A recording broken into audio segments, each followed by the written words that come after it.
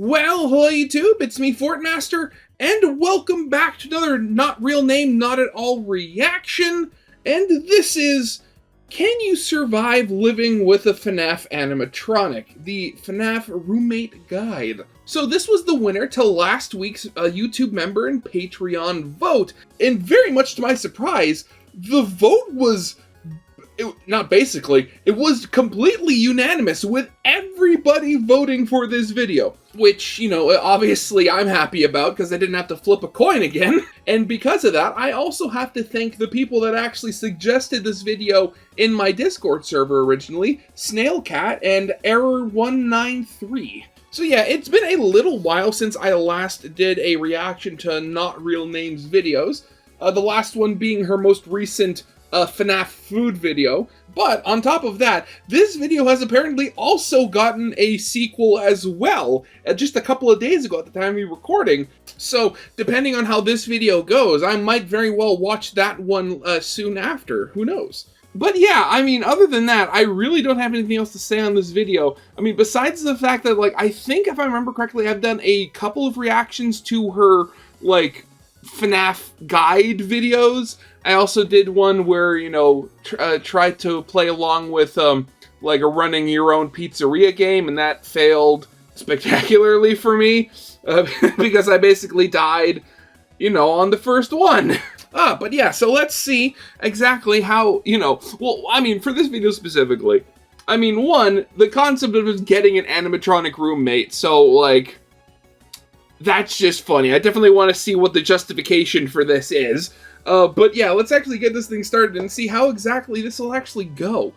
So yeah, of course, as always, original videos linked in the description if you haven't seen it for some reason. Corner video link to my Let's Play of the day. And if you like this video or any other video that I make, I'd very much appreciate it if you gave the video a like and subscribe to my channel, because most of the people that watch my videos aren't subscribed, and I'd very much like that to change, because my next big goal is to hopefully hit 10,000 subscribers. And if you want to support me, but don't feel confident about becoming a YouTube or Patreon member, feel free to use the Super Thanks option underneath all of my videos. Yeah, with all that out of the way, let's get this thing started then, shall we?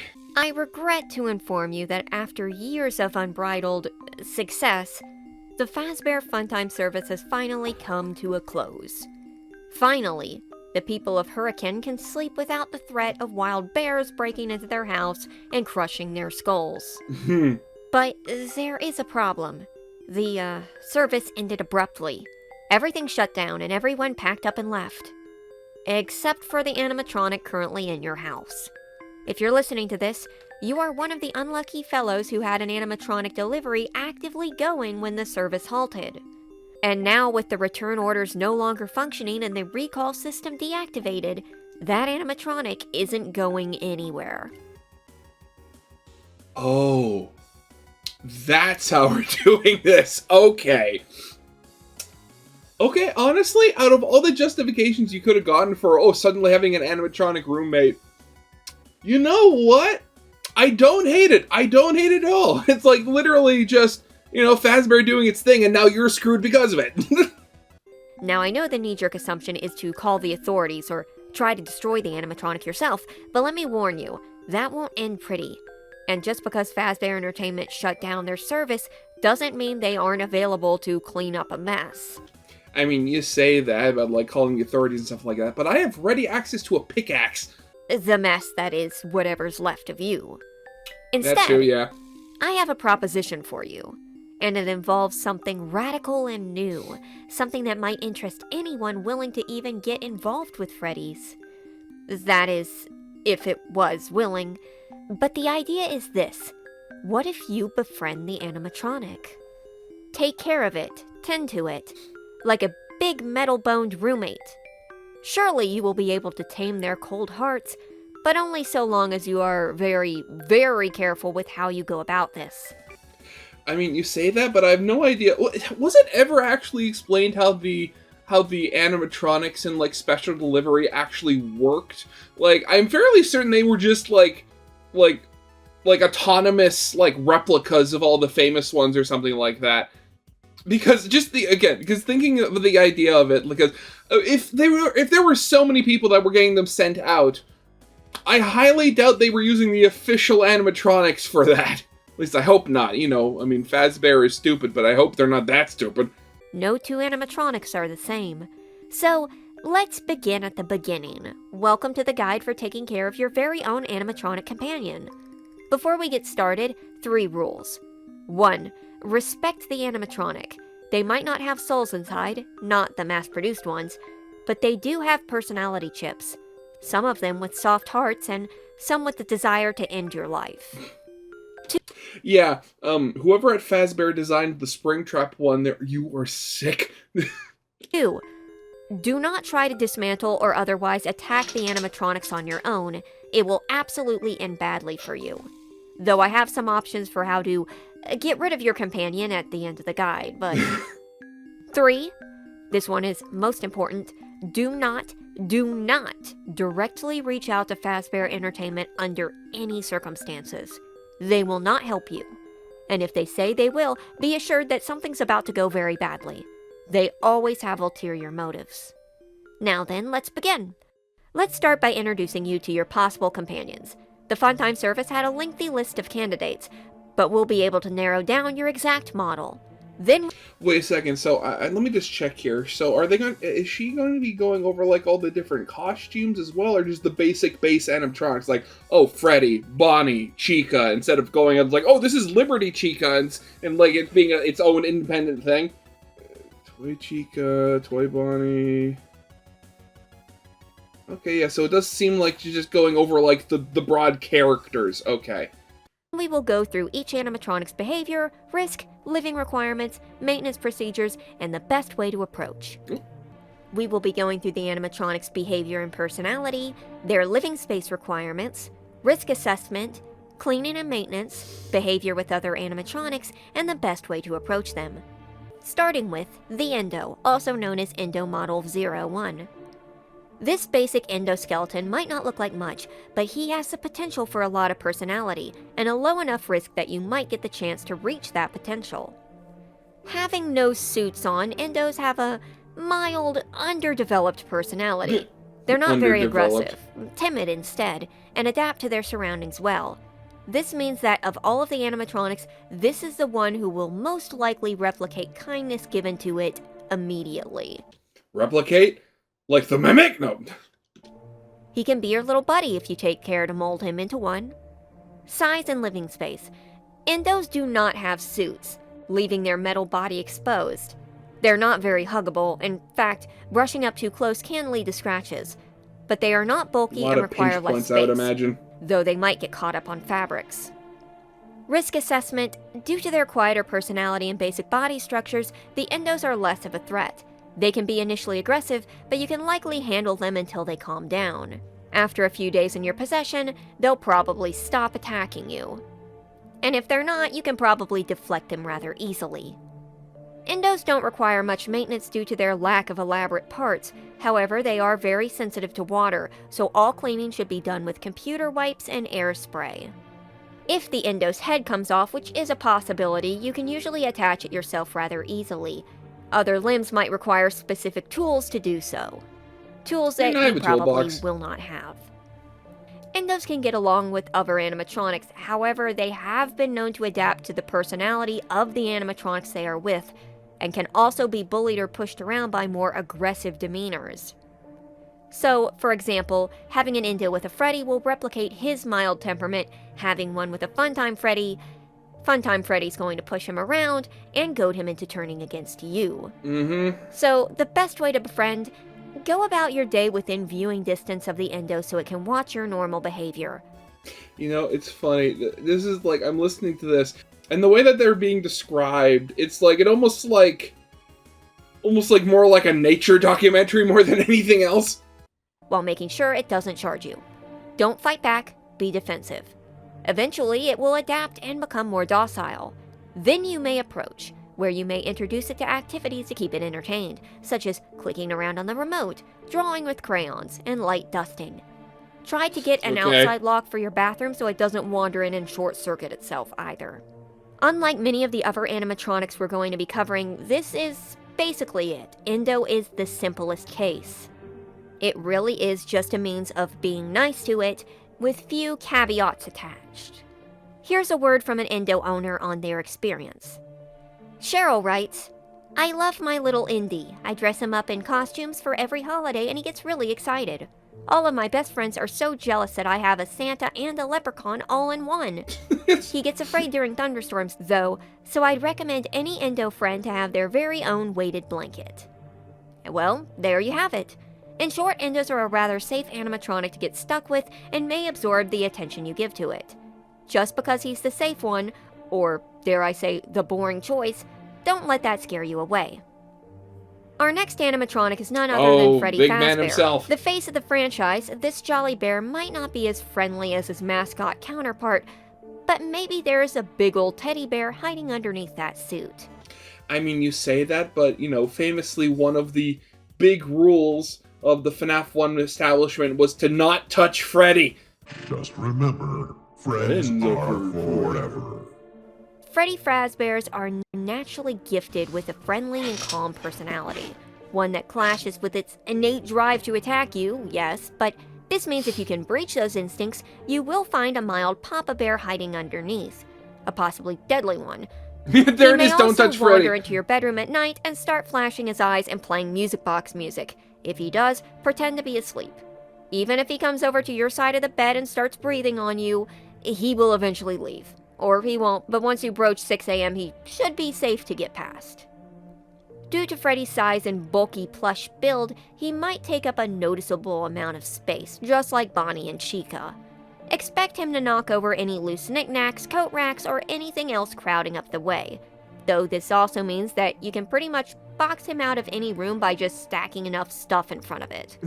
Note that this will not work with the bedroom, but will with the bathroom, which he tends to wander into.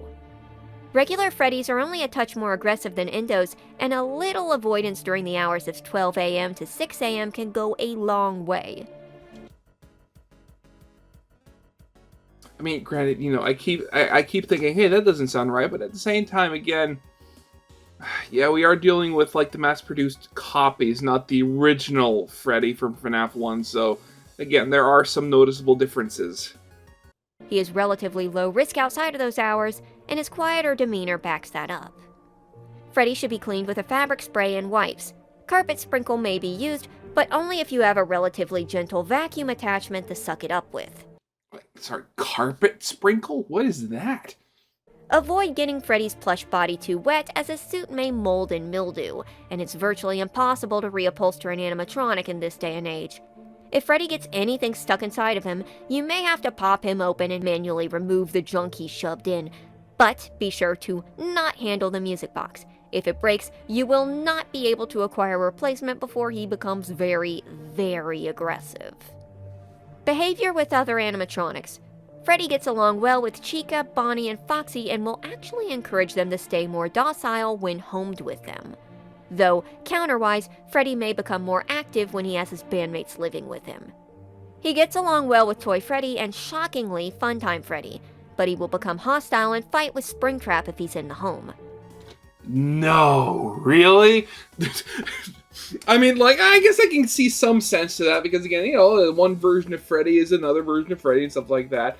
But yeah, not shocked at the issues with Afton here. Now, unlike the Endo, Freddy won't just learn to be nice on his own, and one of the easiest ways to win him over is to actually convince him that he is not acting like Freddy Fazbear when he becomes aggressive. If he starts trying to bite, make sure to say things like, Freddy Fazbear wouldn't act this way, or, Freddy, are you feeling okay? You're not acting like yourself. This will encourage Freddy to return to his friendly personality. Make sure to be gentle with Freddy, as he is capable of becoming friends, and once you do, he will not forget you. Here's a word from a Freddy owner on their experience.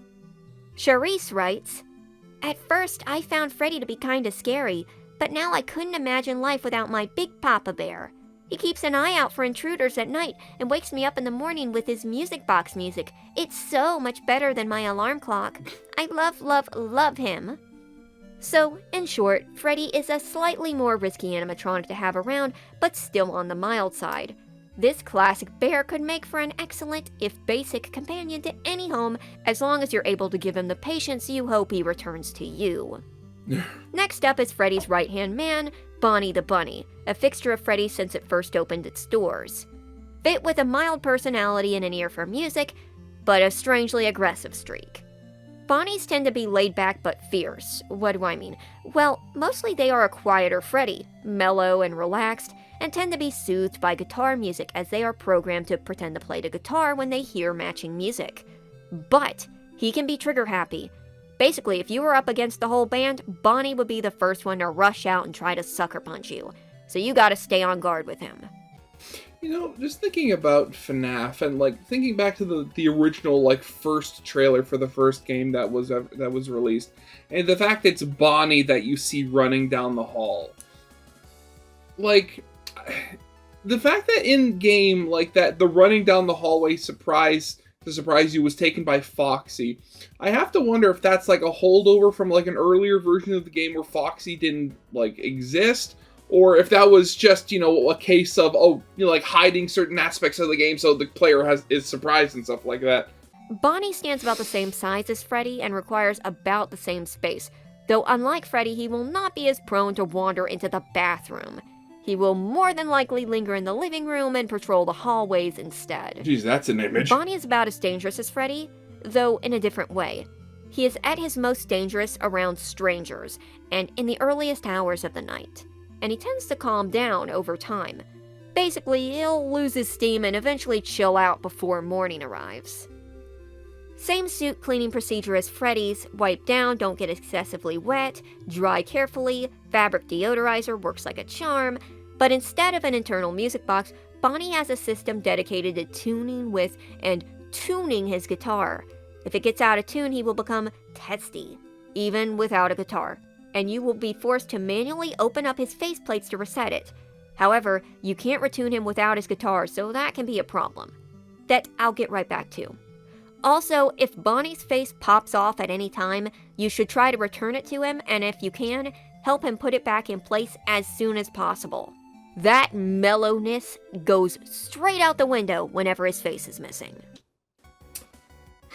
Again, it's one of those things that it's kind of funny. That's been one of those traits or character traits, if you want to call it, that's just been sort of a signature thing with Bonnie, where it started from the trailer where Bonnie removed his mask, but then in FNAF 2 you have withered Bonnie without the mask, and this has sort of been a continual thing ever since then. Behavior with other animatronics. Bonnie gets along well with Freddy, Chica, and Foxy. When paired with Freddy and Chica, he will tend to go along with any of their behaviors. If they're friendly, he's friendly. If they're aggressive, he's aggressive. Foxy's the outlier, as Bonnie's presence seems to calm him down and make him less twitchy. He will become hostile with Springtrap and, surprisingly enough, Toy Bonnie. Having a Toy Bonnie in the house will agitate Bonnie, so it's best to not have both of them together at the same time. The best way to approach. The best way to go about befriending Bonnie is by, first off, go online and find and buy an original Bonnie guitar. It's going to be expensive, but believe me, it'll make your life so much easier. Play guitar music in the meantime to help keep Bonnie somewhat calm, and make sure to lock your bedroom door at night. He'll likely not be agitated enough to break in if he doesn't see you after midnight.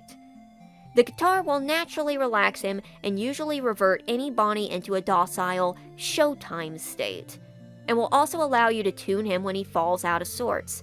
This will keep your Bonnie comfortable and much more open to playing you a little tune. Here's a word from a Bonnie owner on their experience. How's this going to play out? Charlene writes, "My Bonbon is so incredibly cool. He plays music for me all the time and even takes requests. The only problem is that sometimes he plays at night, but I don't mind." I just realized, a lot of these names are beginning with C. What's going on here? "I request some lullabies and he puts me right to sleep, and not in a deadly way." And there we have it. Bonnie has the potential to be a chill musician who just wants to play his guitar all day and take a load off. But that's going to require a little work on your part, including securing him a guitar. A guitarless Bonnie is a Bonnie you don't want to have to deal with. Trust me. Next we have Chica the Chicken, Freddy's sweet sidekick chick, at least when she's well fed. Behavior-wise, Chica is definitely the softest of Freddy's gang. That doesn't mean she can't be dangerous. She really can, especially if she's not able to find snacks rather easily. but she is probably the easiest to pacify of the four, and that is by basically buying your way to her through her stomach. I'm just realizing what's going on with this model here, because this is obviously during the jump scare, but you look, the beak is just sort of like a solid piece here. There doesn't seem to be a hole. But like very famously in Fnaf 1, you know, Chica had that one camera shot where you could see her endo teeth inside her main mouth. Whether you like it or not, too, because Chica will definitely help herself to your pantry, cabinets, and yes, she can open the fridge on her own and won't close it back. Also, she is accompanied by her cupcake. Mr. Cupcake seems like his own animatronic, but he truly isn't, and while it will wander the house, it wants to stay close to Chica. Do not touch the cupcake unless Chica expresses distress for it being gone, and then only lift it up in Chica's sight and return it to her. Chica might seem a little plumper than Freddy and Bonnie, but she really isn't. She requires the same amount of space, though she will always meander towards the kitchen, where you may hear her clattering around at night.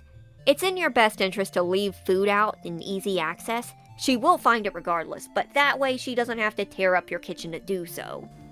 You know, honestly, I'm thinking here, and out of the 4, but really 3 so far, Chica, I would imagine, would be the most annoying to deal with just long term. Because, I mean, obviously with, like, Bonnie, like, you have to buy the guitar.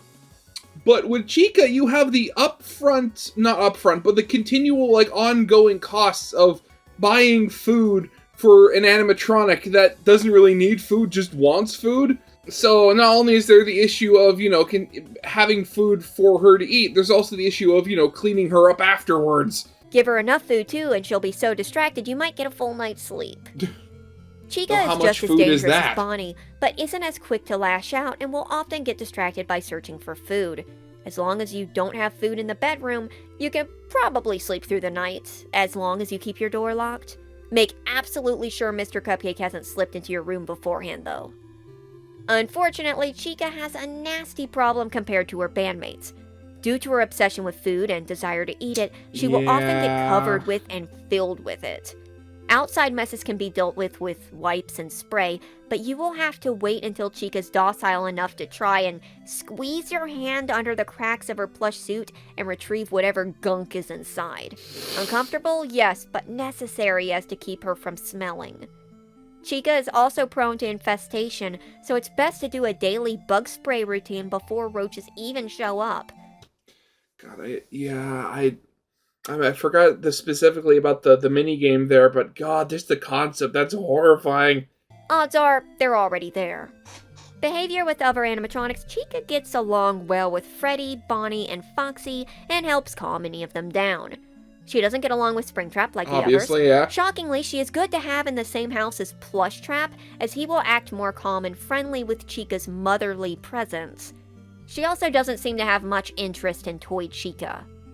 The best way to approach food, but specifically try to buy food that is easy to clean and won't leave a lot of smell.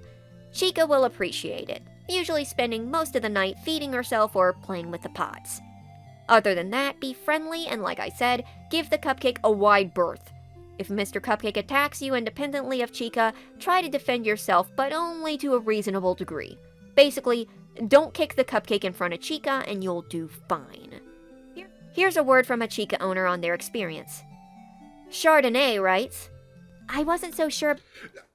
I'm not imagining it. Every single one of these names starts with a C. What is going on here? About Chica when she kept me up all night banging in the kitchen, but now I can't imagine life without her. We make sure to have a pizza party at least twice a week, and now that I leave cupcakes out, she doesn't raid my pantry anymore. Chica is such a sweet addition to my life. So, that's it then. Chica is a fine addition to your home as long as you can adapt to her eating habits, handle her hangry tantrums, and steer clear of Mr. Cupcake. Wait a second, I just thought of something. Let me check the chapters here again. Yeah, I wonder how this is going to work out. I think you have a pretty good chance of a long-lasting friendship here. And, as expected, she would do best in the home of an aspiring chef. Yeah. Next is Foxy. Oh boy, Foxy. Foxy Foxy is a confounding one because he is a bit more dangerous than his bandmates due to his speed and bafflingly real metal hook, but a quirk of his makes him a lot easier to handle. Behavior and personality, Foxy might initially come off as a gruff pirate bully, and in a way he is. He's got shifty eyes and twitchy legs, meaning he's prone to roaming around and then breaking into a random sprint before barging into whatever room you're in. And then comes the hook. But there's a pretty easy way to deal with homing Foxy. First, you make him a Pirate's Cove area somewhere in the house by hanging up a curtain and maybe some posters or pirate decor. Then, when he breaks into one of his frantic runs, barges in, you've got to be quick on the draw. Arr, you got me, Captain. Great job, Captain Foxy. Shiver me timbers, it's Captain Foxy. You play along, and if you do, Foxy will be encouraged to do so as well. Arr, you scurvy landlubber, never stood a chance. And then go back to whatever he was doing beforehand. It is very important to stay in pirate character when addressing Foxy to remind him of who he's supposed to be.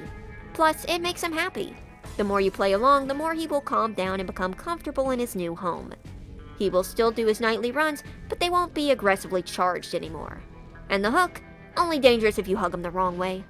Foxy is actually more slender and slightly more dexterous than his bandmates, so he won't bump into stuff as much, but the problem is his spurts of running. If he's really going, he'll just tear right through anything in his way. Honestly, what this sounds like, what you need to do is like either get like a treadmill or get like one of those giant like hamster wheels just for him to run in so he can burn off that energy. And the hook, oh boy. He angles it outward and he's gonna catch clothes, tear the couch. I have seen Foxy take down a Christmas tree and then laugh about it. So, try to Foxy-proof your house as best as you can. Risk assessment. Foxy is an odd case. He's a moderate risk due to his build, speed, and built-in weapons, but can be handled accordingly with a little patience and pirate lingo. Just make sure to keep up with it if you want to keep your booty. Foxy's pretty easy to clean. With his somewhat tattered suit, you can more easily get around his fabric suit with some wipes, but take care to not get any liquid into his exposed inner metals. And if you do, take care to dry it quickly. Foxy's head can also be removed to clean around his face, though don't expect him to try to eat like Chica does.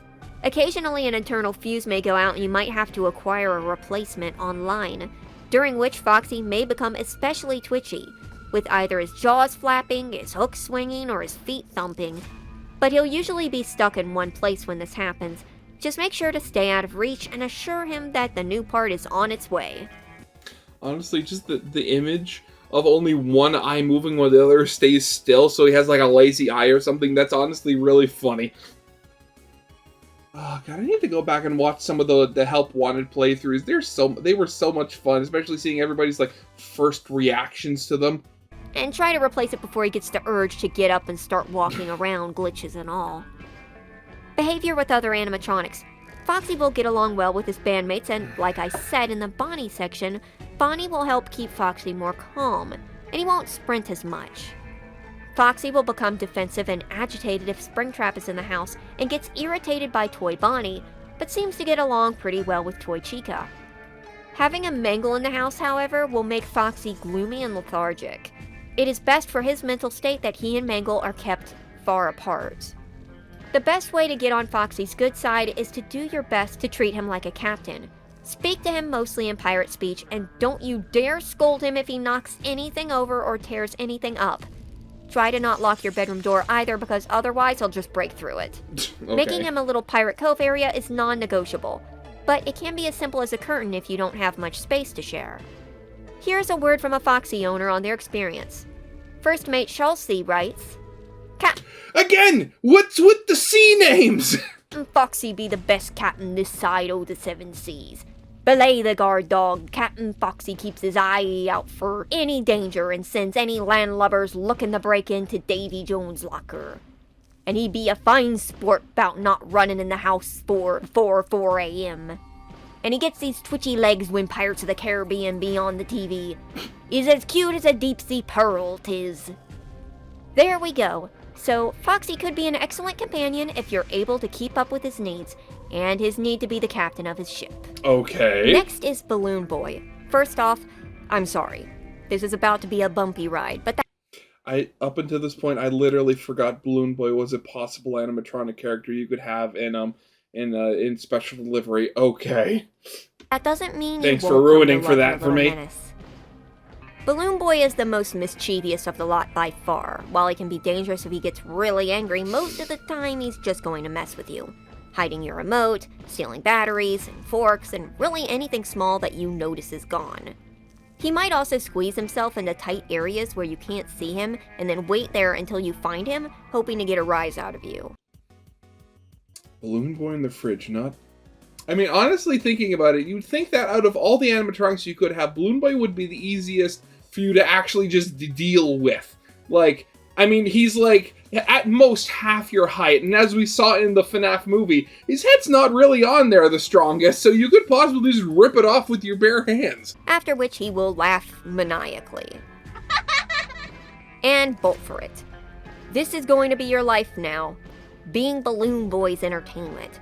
But what's good for you is that as long as you're fun to fool, Balloon Boy won't be nearly as primed to lash out for real. Size-wise, Balloon Boy is about half the size of most animatronics, and his large balloon is easy for him to move around as it's fake and stuck to a stick. Because of this, he requires less space and can maneuver around a little easier, though he will always go out of his way to knock stuff over if he gets the urge to. Risk-wise, Balloon Boy is only dangerous when he gets angry, and otherwise he's more of a mischievous gremlin than a real danger.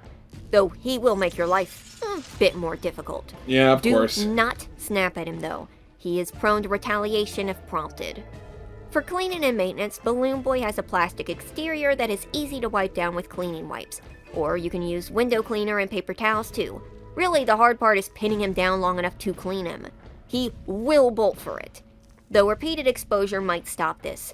Maybe put the TV on for him or something. As for maintenance, many of the toy line animatronics are resilient and self-contained. If anything breaks in Balloon Boy, you probably can't fix it anyway. But it probably won't break. So, yeah, were the toys built before right to repair was really a thing? No, they were built before it started being phased out by companies. Oh, God.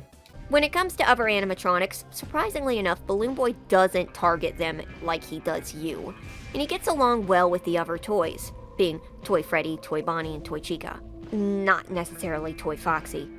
He does get along very well with Plush Trap, but unfortunately might encourage some of his bad behaviors if given the chance. The best way to approach is through extreme patience.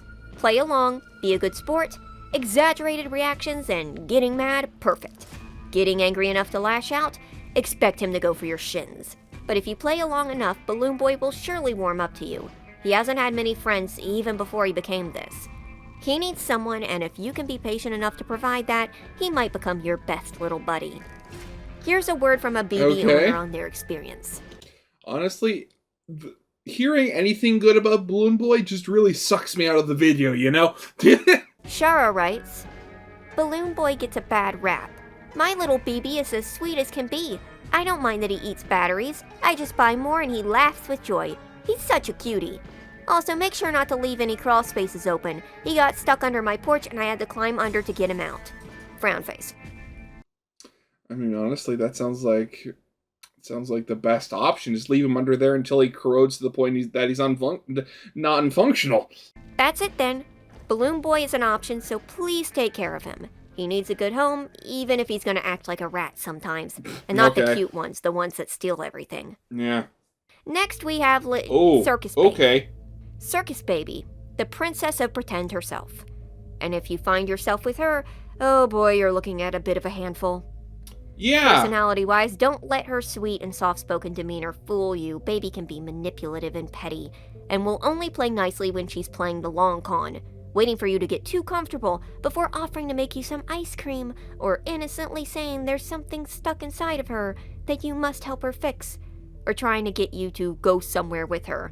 Don't let your guard down.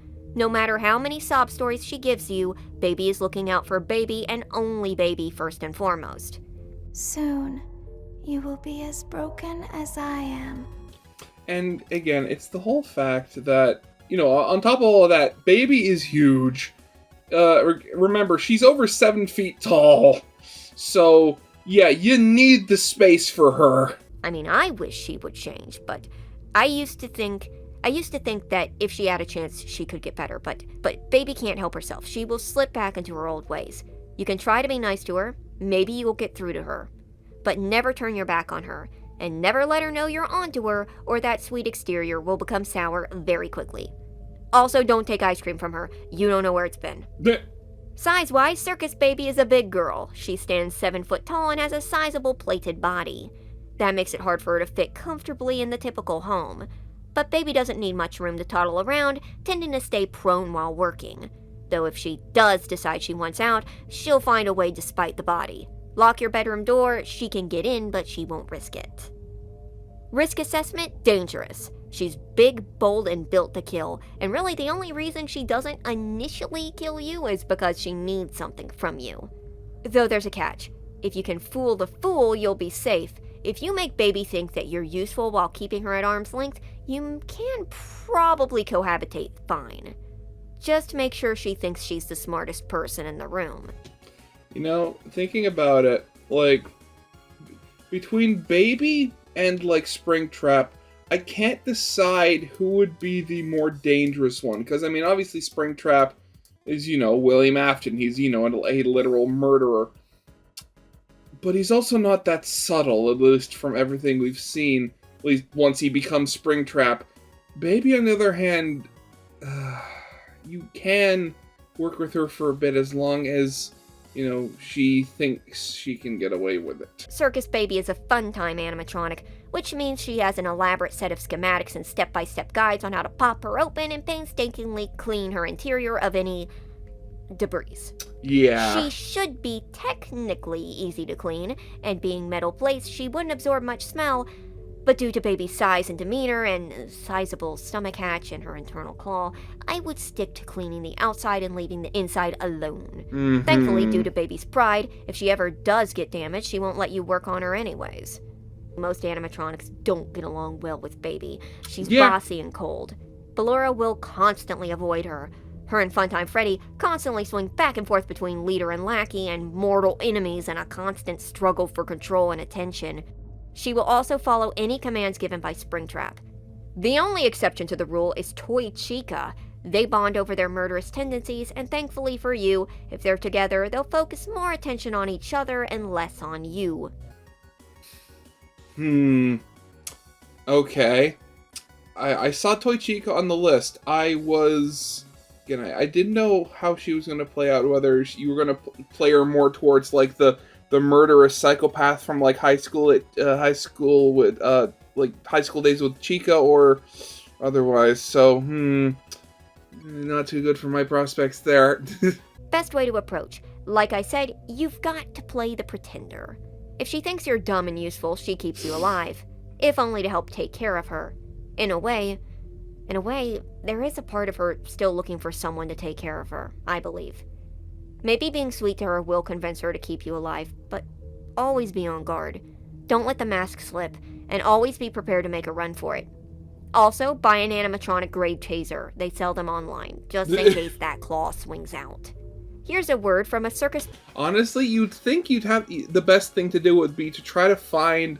Like, try to knock her unconscious and have that... And, like, literally remove the claw.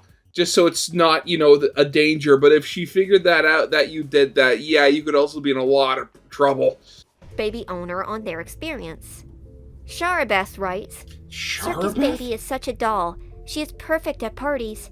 She can blow up balloons at her fingertips, and even has a built-in ice cream maker that is whisper quiet and can churn a gallon of ice cream in 30 minutes or less. Invite Circus Baby to your next home and have a blast. Why do I think that's not Cherubeth that wrote that? You know, the longer this goes on, the more I believe these aren't, like, these reviews aren't 100% authentic. That'll be it then. Good luck with her. You're going to need it. Next on the roster is... Oh my god. Yeah, Sorry, here we go. Just took me off guard a little. Just look at him. He'll take anyone off guard. And unfortunately, he might currently be living with you. Which means you aren't stuck with a killer robot. You're stuck with a real bona fide murderer. The real horror of Freddy's. He might act like he's the most human, but don't be fooled, he never was. No. Hide if you want. It did not save the others. It will not save you. Springtrap is a sadistic, manipulative monster who takes a unique thrill in hunting humans as his prey, especially those who cannot defend themselves, torture them, twist them, and then kills them. And then, if he gets his way, they don't move on and he uses them as his eternal toys. Springtrap loves to kill, so unless he really needs you alive, he'll want you dead. And unfortunately, his undead form makes him dangerous to adults now as well. And due to his peculiar interests, it might be a matter of overpowering and killing you, or trying something much longer and more agonizing. As I said once before, I have access to a pickaxe. I would imagine if you have access to something similar, or at least like an axe, use it as soon as possible. Chop him up into pieces, melt him down, burn him, just destroy him. And you better hope you don't live with someone he can target in your stead. He's just a cruel, evil creature. Don't let the smooth talking fool you. He's not going to hang out on your couch eating kebabs and singing the blues. He is always looking to serve his own enjoyment. He's also extremely egotistical, so assume that he is going to let you know exactly how he's feeling about his victory, how pathetic you are, and laugh at your misfortune. Size-wise, he only takes up about the same space as Freddy, maybe less. He moves more like a human, though with a noticeable limp, meaning he won't be so prone to bumping into things, and isn't petty enough to destroy your things, save whatever he decides to claim for himself. Do yourself a favor. Take the utensil drawer out of the house and as far away as you can take it. Not just the knives. Take the forks and the spoons too. You don't want them near him.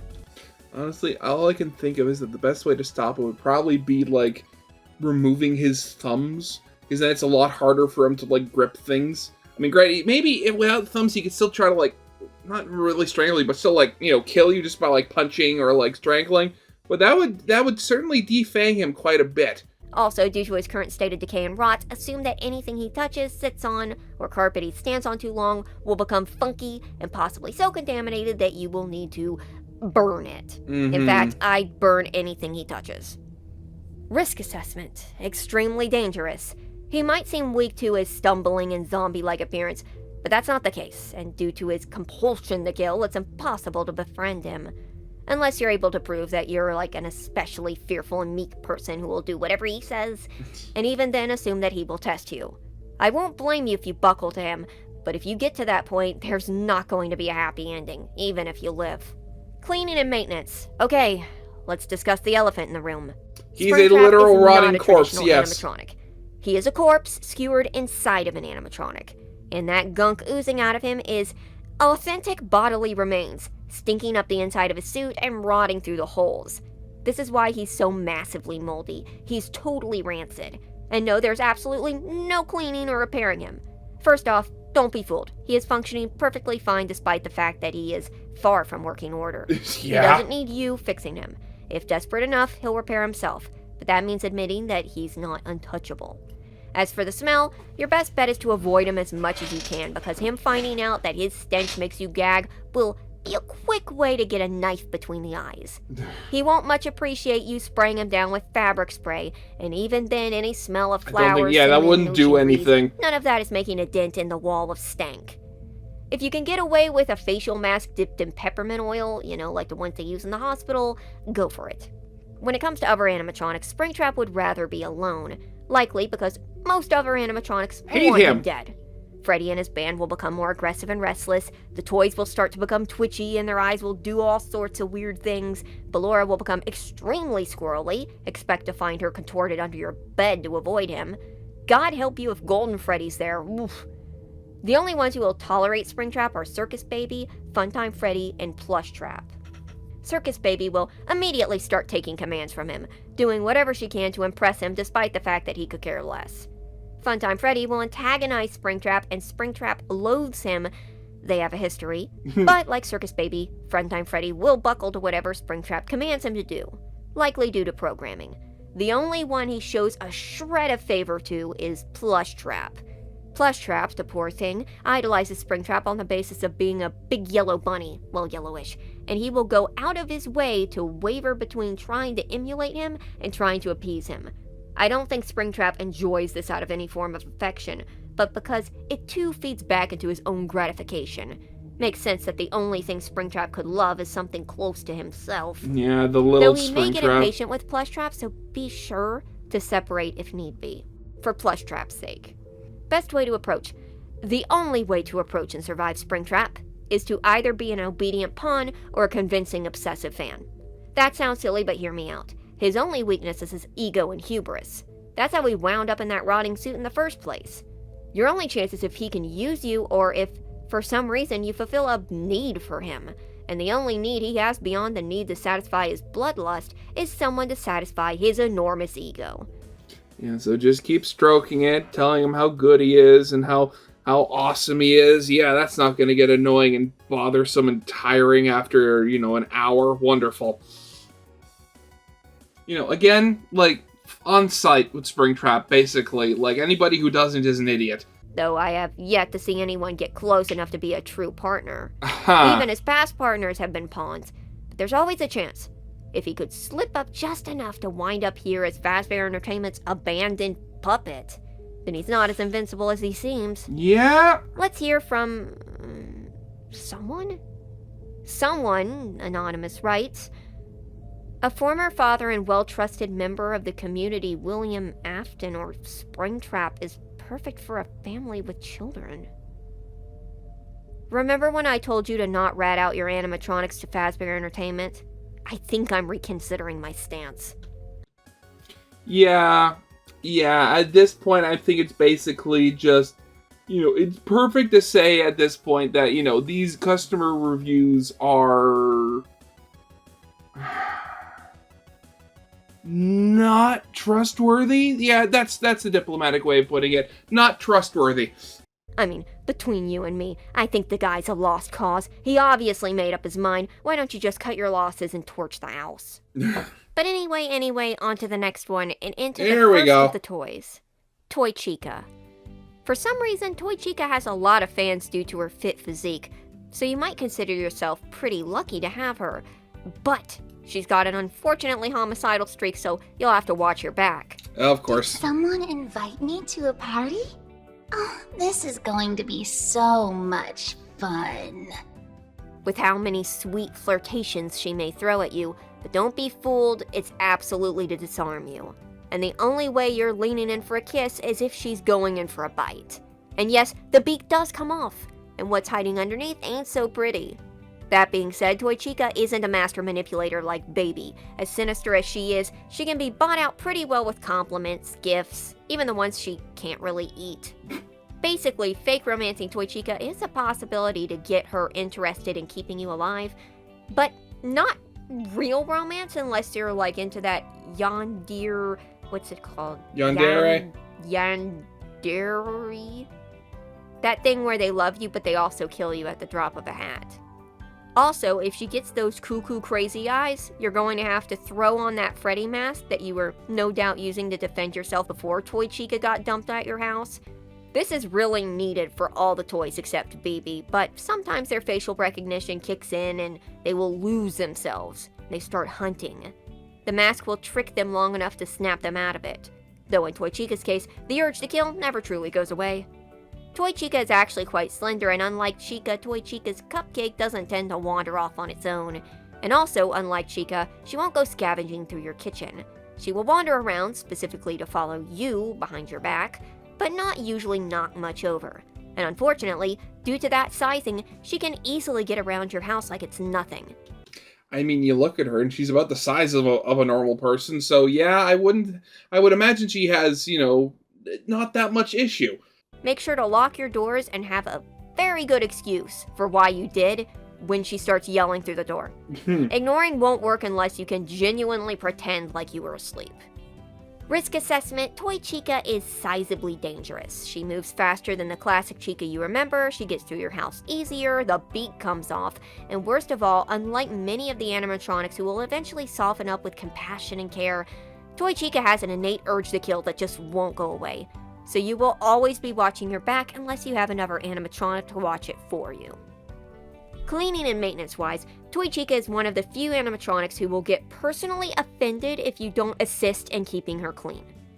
But she's also another one with a plasticky shell, so basically you have to establish a cleaning time and then very carefully wipe her down and reapply her cheap makeup and possible eyeshadow.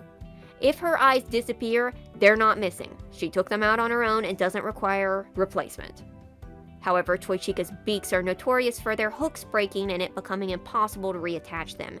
If that happens, you will either have to hot glue the hook back and hope it holds, or figure out a better replacement. It doesn't require any specific kind of hook as long as you can match the size. And if you have to replace one, go ahead and replace the other one too so it matches. Now I'm just wondering if there would be ways to just permanently attach the beak back on, just so you don't have to deal with that anymore. Make sure to have a snug fit or Toy Chica will flip out and try to chomp your fingers. With other animatronics, Toy Chica gets along with the other toys, especially Toy Bonnie. Those two are like two peas in a pod sometimes. She also gets along well with Baby, who she shares an amount of interest in the dispatching of others with.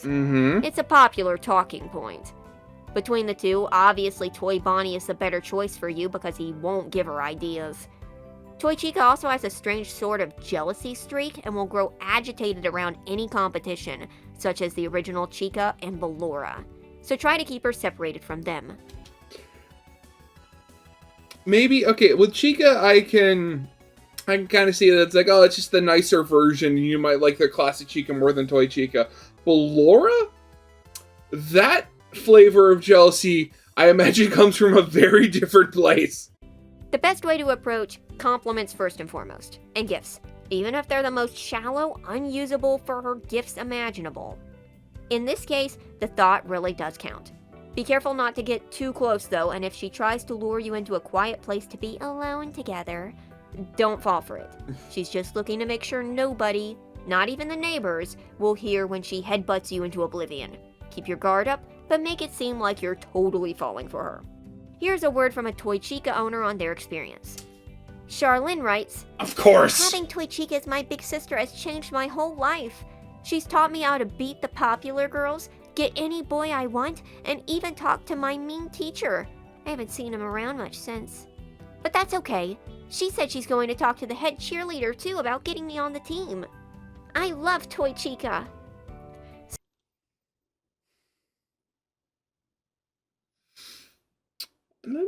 I just want to see what's inside your head. Nothing. So there you have it. Watch yourself around her. She's a little two-faced, literally. Yeah. Keep an eye out and watch for the face change. That's the biggest tip-off that things are about to go majorly downhill. Next, we have another toy to the roster, and that's Toy Bonnie. The self-proclaimed superstar of the toy band, don't let the cutesy appearance fool you. He's dangerous. But maybe not as much as you might think he is. Toy Bonnie is a bit of a braggart. He's brimming with confidence and a cutesy charm, but don't mistake it as harmless fun. He can be very aggressive, especially if he thinks you're competition for the spotlight. Honestly, thinking about it, the fact that the official voice they added for Toy Bonnie is just so stupidly high-pitched. Even if you didn't want a higher-pitched voice, you could have notched it down a couple so that it was a bit more realistic, and it still would have worked so much better than the voice they actually gave him. Because, honestly, the actual voice they gave him sounds more like those really bad, Alvin and the Chipmunk covers people used to make, where they take, a regular song and just crank up the speed really fast. But maybe not as dangerous as some of the others. A little delusional, though. Clear the stage, for the star of our show is now here. God, he thinks he's the greatest and will convince himself that you, someone in your own home, is something he has to compete with. And compete usually means booting you off the stage and off this mortal plane. But this ego and self-importance can be a great weakness of his, as is his reluctance to harm his own pretty casing. By which I mean, Toy Bonnie won't be breaking in any doors or the like, not wanting to chip his plated painting. But he will try to crawl through any openings you leave unchecked. Due to Toy Bonnie's svelte build, he doesn't require much space, and he's also willing and able to squeeze himself through tight spaces if it means getting to where he wants to go. He's prone to wandering around and can be kept out by a normal door. But if you keep him specifically barred from a place in the house, he will try to get in there just because he feels like he deserves to. Of course. Really, if you want to lose him for a while, lock yourself in a random room, climb out the window, sneak back in, and go to bed. It'll take him a while to figure out you're not actually in there. Risk assessment: Toy Bonnie can be dangerous. He's just as capable as Toy Chica. He just doesn't take the same thrill out of killing. Yeah. It's more a constant need to seek attention, and his deluded belief that you may be stealing it. Think of it this way: you're either his audience or his rival, and that will decide how dangerous he is. Toy Bonnie is very easy to keep clean. He's a bit of a neat freak, and really the only hands-on you need to do other than spritzes and paper towel wipes is the occasional paint touch-up. Having a You know, honestly, again, the only thing I can really think of here is the fact that, like, oh god, why is it that, you know, you could have made Toy Chica perfect if you just swapped their personalities around a little bit, but no, of course Toy Chica had to be the yandere, his face paint off will give Toy Bonnie those crazy eyes and lead to him becoming very agitated, so you will have to paint him. Don't worry, you're at zero risk when painting him. He needs you too much. Otherwise, he's pretty stable and doesn't require much maintenance. Toy Bonnie gets along well with the other toy animatronics, but if you have a Bonnie in the house, Toy Bonnie will do his best to assert his dominance as the perfect Bonnie, and that will tick Bonnie off to no end. He will become extremely aggressive towards Springtrap, but I think that's just because it's another Bonnie. Now, fun fact, but while Toy Bonnie loves attention, there is one person he cannot stand to get attention from. For some hilarious reason, Funtime Freddy will always mistake Toy Bonnie for Bonbon, even if Bonbon is currently stuck to his hand. He will proceed to tail Toy Bonnie everywhere and engage with him as though he is Bonbon. This will, understandably, greatly annoy Toy Bonnie, though it may make Funtime Freddy more docile. I'm just trying to think of the mental gymnastics going on there. That's just a very broken bear. Unless Toy Bonnie actively hates you, in which case he could maybe persuade Funtime Freddy to become your worst nightmare. So unless you and Toy Bonnie are really good friends, you should keep him away from Funtime Freddy. The best way to approach. So remember when I said that Toy Bonnie may see you as his audience? Well, you've got to be his biggest fan. And unlike with someone like Springtrap, it's going to be really easy. Toy Bonnie already thinks he's the best thing since sliced bread, so all you've got to do is butter him up and keep your distance until you do. Then you basically have to just consistently keep up the act. As long as you treat him like a superstar, he'll treat you like an adoring fan and love you like one. Be sure to encourage him to sing as well. That always makes him feel good since he didn't usually sing at the pizzeria due to his chipmunk-like voice. Yeah. Though this will mean listening to a chipmunk sing having a pepperoni party on and off for days on end. Trust me, it's worth avoiding the crazy eyes. Also, if he gets those, mask up. Here's a word from a Toy Bonnie owner on their experience. Charity writes, Okay, not real name. I genuinely have to ask here. Because I know you've watched some of my reactions to your stuff before. And if you watch this, I genuinely have to ask, what is with the running gag of all of these names starting with a C? Love my Toy Bonnie. He's the cutest, shiniest animatronic ever. And he even crooned me a whole Christmas album in his super sharp, adorable voice. I'm so glad I got the best Bonnie to be my Bonnie, my superstar. Okay, wait, I'm just realizing, are we not sure that these reviews aren't written by the animatronics themselves? Is that why they're always so, like, glowing and filled with praise? And that's that. Good luck with Toy Bonnie. And remember, shiny, cute, superstar. Pepper them into your compliments and you're good to go. Next is Toy Freddy, the rounder, more plastic version of Freddy. Okay, honestly, I'm wondering, is Toy Freddy being a gamer going to be, like, is going to be snuck in here somehow? It has to be. But don't let that fool you. He is definitely the softest animatronic by far. Toy Freddy is the one animatronic who wants to stick around. But that doesn't mean he doesn't have his own share of risks. If I could describe Toy Freddy in one word, it would be lonely. He's never been the most popular anything, and because of that, he clings to any form of attention or affection. When he asks to be your friend, he genuinely means it, even if most of what he says is recycled from his show stage scripts. He doesn't want to hurt you. He wants to be your buddy. You seem nervous. Would you like me to be your friend?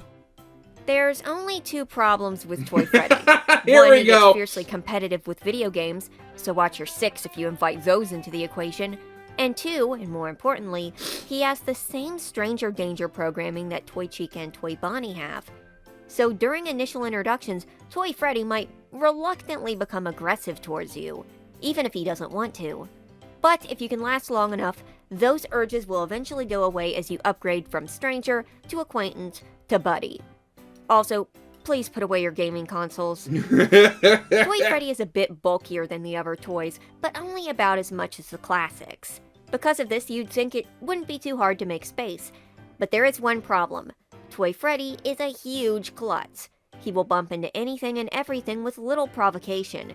You can't nail down enough stuff to Toy Freddy-proof your house, so your best option is to just move anything valuable into places where Toy Freddy won't go.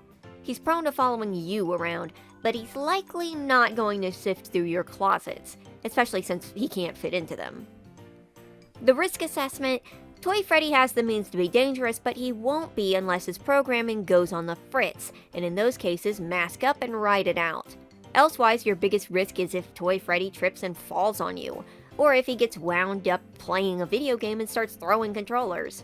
Really, I mean it, keep those away from him.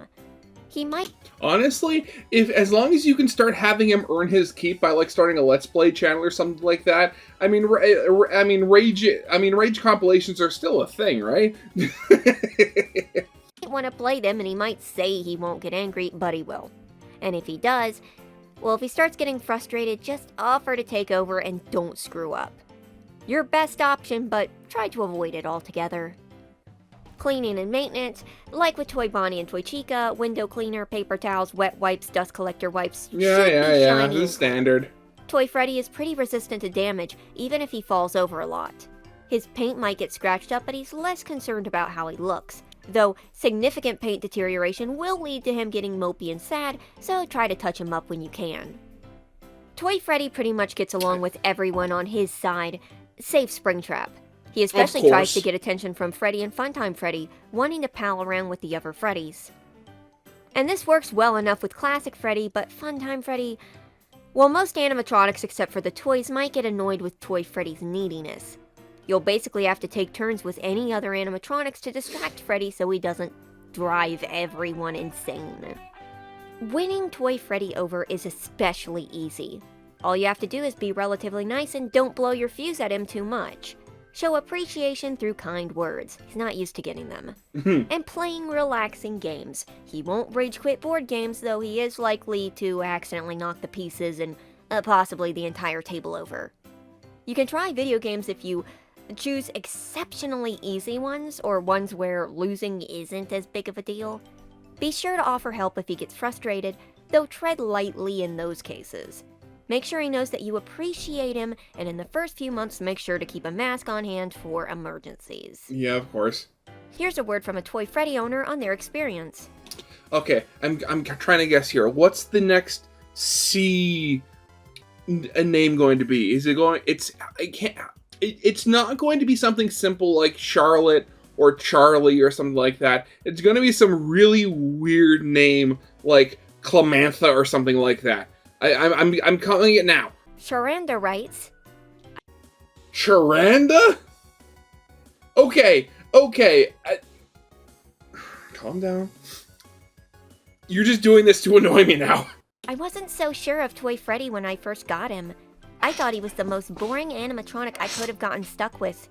But now I realize that underneath that tough shell hides a heart of gold. I can't imagine waking up in the morning without Toy Freddy greeting me with a donut and sometimes coffee. It depends on if he can make it to my room without dropping it. Toy Freddy is the best. P.S. Don't play Freddy Party with him. And you know, something I just thought of with these customer reviews. They're obviously fake, but at the same, especially with those names. But what if they're being made by the puppet? because, like, to try to give these animatronics a home at the very least. Because, you know, very, very strikingly in this background art behind the animatronic, the puppet is very obviously front and center, like in the middle of wherever the reviews pop up. So maybe there's some hidden lore going on here. And that's it. On the whole, this lonely bear has the chance to make a good companion for anyone patient to his clingy behavior and possible defunct programming. Would work better in a house of a non-gamer if possible. Next up is the final of the toys and the most busted up package deal you've ever set your eyes on, and that's Toy Foxy, the most sympathetic animatronic of all, in desperate need of a good home, but too dangerous for their own good. Toy Foxy, also known cruelly as the Mangle, isn't just physically broken. They're mentally shattered as well. The one lesser head is a little more aware of what's going on, but the dominant one has delusions of grandeur, believing that they are beautiful and wanting to spread this beauty to others. Because, see, if everyone looks as destroyed as they do, they, in comparison, will finally look normal. Mangle's idea of beauty and self-image is so warped that they will kill those who get close, not out of aggression, but out of an imposed belief that they are doing them a favor. Though don't take that the wrong way, they will get angry if provoked, and you don't have to do much to provoke them. Don't tell anyone. But they're all just jealous of how pretty I am. Occasionally, Mangle will have moments of lucidity and break down further, and you may want to comfort them. But the problem is that they can flip on a dime so fast that it's simply not safe to get too close. Everything must be done at a distance, and with the chance to put a door in between you. But keep in mind, Mangle is not cruel. They are simply a result of an extremely traumatic past of being torn apart and rebuilt. But that doesn't mean that they can't be a danger to you. Also, they've been known to randomly make loud static noises. If you hear that, don't approach. They're not injured, well, more than usual, and that can suggest that they're agitated, well, more than usual. Due to Mangle's sprawled out frame of limbs, they take up quite a bit of space and have to crawl to get wherever they want. They also have an affinity for crawling on the walls and ceiling, so expect them to break light fixtures and knock down anything you have hung up. I would also imagine that's going to lead to a lot of scuffing up there, so that's going to be annoying. They can't get through doors well, but they will try to squeeze into any crawl spaces, attic spaces, or anywhere else equally dark and cramped, if just to get around a door. They also Thank God our airvents aren't that big. have a great deal of strength. Their reluctance to break down a door is more a programming effect than an inability to do so. Risk assessment, Mangle is an extremely high risk, both in their broken body making them dexterous and dangerous, and their fractured mental state giving them a reason to want to harm you and validate doing so. Because of this, having a Mangle is only recommended if you have other animatronics in the house, as they may make them less bold. Cleaning and maintenance, oh, there is so much that could be done for Mangle that you just can't do because they will not let you get close. Or they will.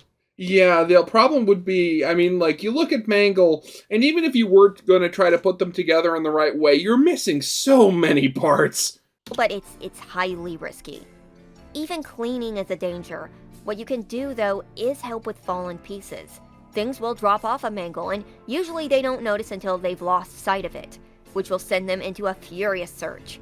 Find the piece and put it out where they can see it, get to a safe spot, call them to get it. That's the best you can do at this time. They may appreciate it. Maybe it'll even wear them down a bit. Despite believing themselves to be the prettiest animatronic, Mangle holds a sort of reluctance towards being around any other animatronic other than the toys. Mangle will also insult and provoke Foxy, though due to their broken state, Foxy will not fight back. Mangle has an especially strange rivalry with Ballora of all animatronics. Mangle must be aware that Ballora is the most... I mean, again, I can think of a couple of reasons. most conventionally attractive animatronic, because they will get very agitated with her being in the house. But not only that, Ballora's mini-renas have been known to try and snatch Mangle's pieces. Then they bite down on the mini-renas, then Ballora comes looking for a bra, and the next thing you know, the living room's in ruins. Did you say what I think you just said? On the mini-renas, then Ballora comes looking for a bra, and the next thing you know... Yeah, okay. That is exactly what I heard. No, the living room's in ruins. Keep these two apart, please. The best way to approach, I'm not sure if Mangle can be truly rehabilitated, but there are steps you can take if you want to try. Firstly, give Mangle a wide berth. Assure them that she is beautiful, but don't overdo it. You don't want him to decide to reconstruct your face.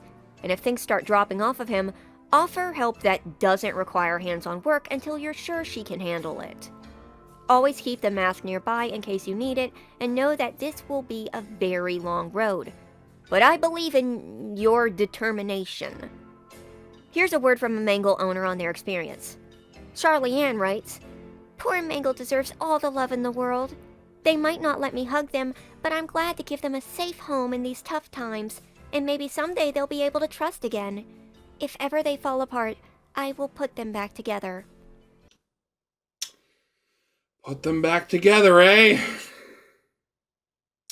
Yeah, you think you're being sneaky there, don't you? So, there you are. It's a big undertaking with a lot of risk, but maybe you can be the one to rebuild Mangle's broken mind and heart.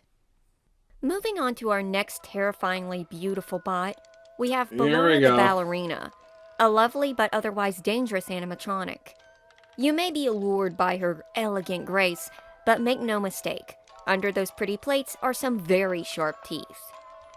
Ballora is a lovely dancer, easy on her feet and on the eyes, and with a personality to match. Ballora is graceful and calm, with a bit of a flirtatious edge at times. At least, that's what Ballora is supposed to be. But years of being trapped down in the depths, torn apart repeatedly, has broken her up. Now she has a feral, almost animalistic temper on her at times. Save me a dance for another day, perhaps. She may be more coy, luring you in with an alluring voice, or she might shed all pretenses and crawl along the floor like a spider, waiting to pounce. Built to distract more than to attack, being under the thumb of those who would use and break her down has left her distrusting of anyone who gets too close. Look too eager around Ballora and you'll make yourself prey before you even have a chance to betray her like the others have. But Ballora is not alone. There's also her mini-renas, small little ballerina dolls that can swarm you in seconds and make themselves a pretty big menace, despite how cute they are. Though mini-renas themselves tend to match Ballora's moods, basically if you end up with a docile Ballora, her mini-renas too will be gentle. Though they've been known to climb into laundry hampers, get into pots and pans, you'll basically find mini-renas squeezed in everywhere. One might even try to climb into your mouth while you're sleeping, but you definitely wake up from this. An aggressive Ballora and the mini-renas will plot to make sure she can get to you unheeded. Never get aggressive with a mini-rena. If you need to remove it from your person, pull it off and set it down. Don't throw, drop, or kick on purpose. If Ballora sees you attack any mini-renas, she will become permanently hostile. I'm sorry, just like the from the help wanted, just picking up and then like launching them into the darkness is just so funny. If you accidentally trip over one in the middle of the night, she'll likely let it go. Ballora's not too much larger than a normal human. Well, she's 6 feet tall, but she's not especially bulky. The problem is that Ballora will want to dance. Even without a stage, a Ballora will try to dance on her own with twirls and spins. If you get lucky, you get one in perfect condition who is able to keep her balance, but her legs will still knock stuff over, including you if you get too close. But if you get one with broken balance and stability sensors, she might be crashing into stuff. And you can't very well stop her. This is just what she does. Honestly, if she wants to dance instead of hunt you, let her do it. Like I said earlier, the mini-renas will get into anything, so it's best to hide away anything you don't want them to get into and leave out plenty of decoy boxes and stuff for them to climb around in instead. Honestly, just imagining you make a trap out of a box and then like basically tape it shut so they can't leave. Risk-wise, Ballora is a high-risk and very dangerous animatronic, but this is largely because of the circumstances she's been in. Normally, she's just built to distract and detour adults, and maybe if you can give her a stable home, maybe you can get her back into that mindset. But until then, you may be fighting tooth and nail to keep her from killing you. You'll need a taser for defense, but know this. Use it even once and you'll lose any chance of winning her trust. Like with Circus Baby, Ballora does have various means to open her plates and clean the internal metal wiring, but considering that she lacks Baby's ice cream maker and internal storage tank, likely nothing moldy or actively decaying will get caught up inside of her. Thankfully. In fact, most of the time that's where the mini Renas are hiding. So, fall back on the good old window spray and paper towels. She might also appreciate if you touch up her face paint now and then. Ballora gets along best with her mini Renas. She's also one of the few animatronics who tolerates Funtime Freddy. She does not get along with nor wants to be anywhere near Circus Baby. I mean, that I can understand. Funtime Freddy, though. That's... I mean, maybe just because, you know, Funtime Freddy isn't Baby. But at the same time, you'd think there'd be a bit more tension between the two, just from how loud and bombastic he is. But is forced to comply with her plans if coerced. It's a programming thing. If Springtrap is in the house, Ballora will do her best to avoid and hide from him. However, she may show a rare protective streak if he starts antagonizing certain animatronics, such as Balloon Boy, Plushtrap, or the Mini Renas. If Mangle is in the house, Mangle will instigate Ballora out of jealousy, and while Ballora could care less, her Mini Renas are prone to retaliation with mischief. If Mangle lashes out at them, Ballora's going to split her face and bite back, quite literally. The best way to approach: start off with a comfortable distance and don't approach unless directly instructed to. Try to avoid Ballora when she's crawling, as she may be geared up for an attack. But when she's upright and dancing, be sure to compliment, be courteous, and don't gawk. And don't get kicked. And don't kick the mini Renas. Ballora is similar to Mangle, but also very different. While she too has gone through so much and is very broken, she seemingly lacks Mangle's delusions, so it is possible that maybe with time and assurance she could learn to trust again. But don't forget, at her core she is a Funtime. She is still built to kill, or to cooperate in killings. So watch your back. Here's a word from a Ballora owner on their experience. Okay, what's it gonna be? Charnette writes, "Ballora is so gorgeous." Charnette? Charnette? I swear these names. This is literally insane. "Having her in my home is like having a life-sized music box twirling around the room. I just wish she'd be as loving to me as she is to her mini Renas. I've named them Enet, Minet, Minet, and Moet. Of course. They are all little darlings." So that's that. Ballora is a dangerous one to take in, but if you're determined enough, this Ice Queen might warm up her heart to you. Just be careful not to get burned. Next up on the agenda is Plushtrap. Here we go. The little guy you've ever seen, but still packs a punch with his raging chompers. Plushtrap is a pretty mischievous little guy, dangerous too, but more so wanting to act up. He's prone to scurrying around the house, hiding in cupboards and underneath tables, waiting for you to get close. Then, depending on his mood, he'll either jump out and scare you or just straight up bite your calf. Plushtrap is a literal ankle biter, and both has a need to chomp and is in a permanent state of teething and will want to chew on anything he can. But Plushtrap also has an anxious side. His chattering is a nervous tic that he might express if cornered. He's not comfortable being caught when he's up to something, usually dropping into a sort of fake toy mode, and he gets easily spooked by loud noises, thunder, lightning, and soda cans popping in his teeth. Plushtrap will act up more if he feels insecure and unsafe, so try to make your little fraidy cat less uneasy and he'll be less prone to nip at you specifically. Plushtrap is tiny, but he will get into everything, and worse still, he is prone to chewing up door frames, furniture, anything he can get a hold of. Again, I really do, I wonder what Scott was thinking when he designed it. Like, why did he give him so many teeth?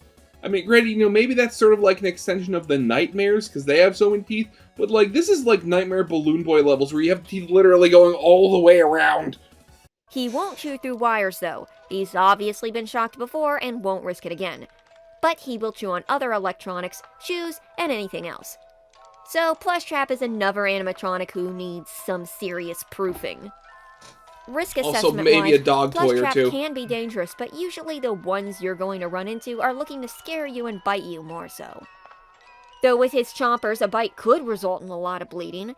Best to keep aware of where he is in the house and watch your legs at all times. And don't antagonize him.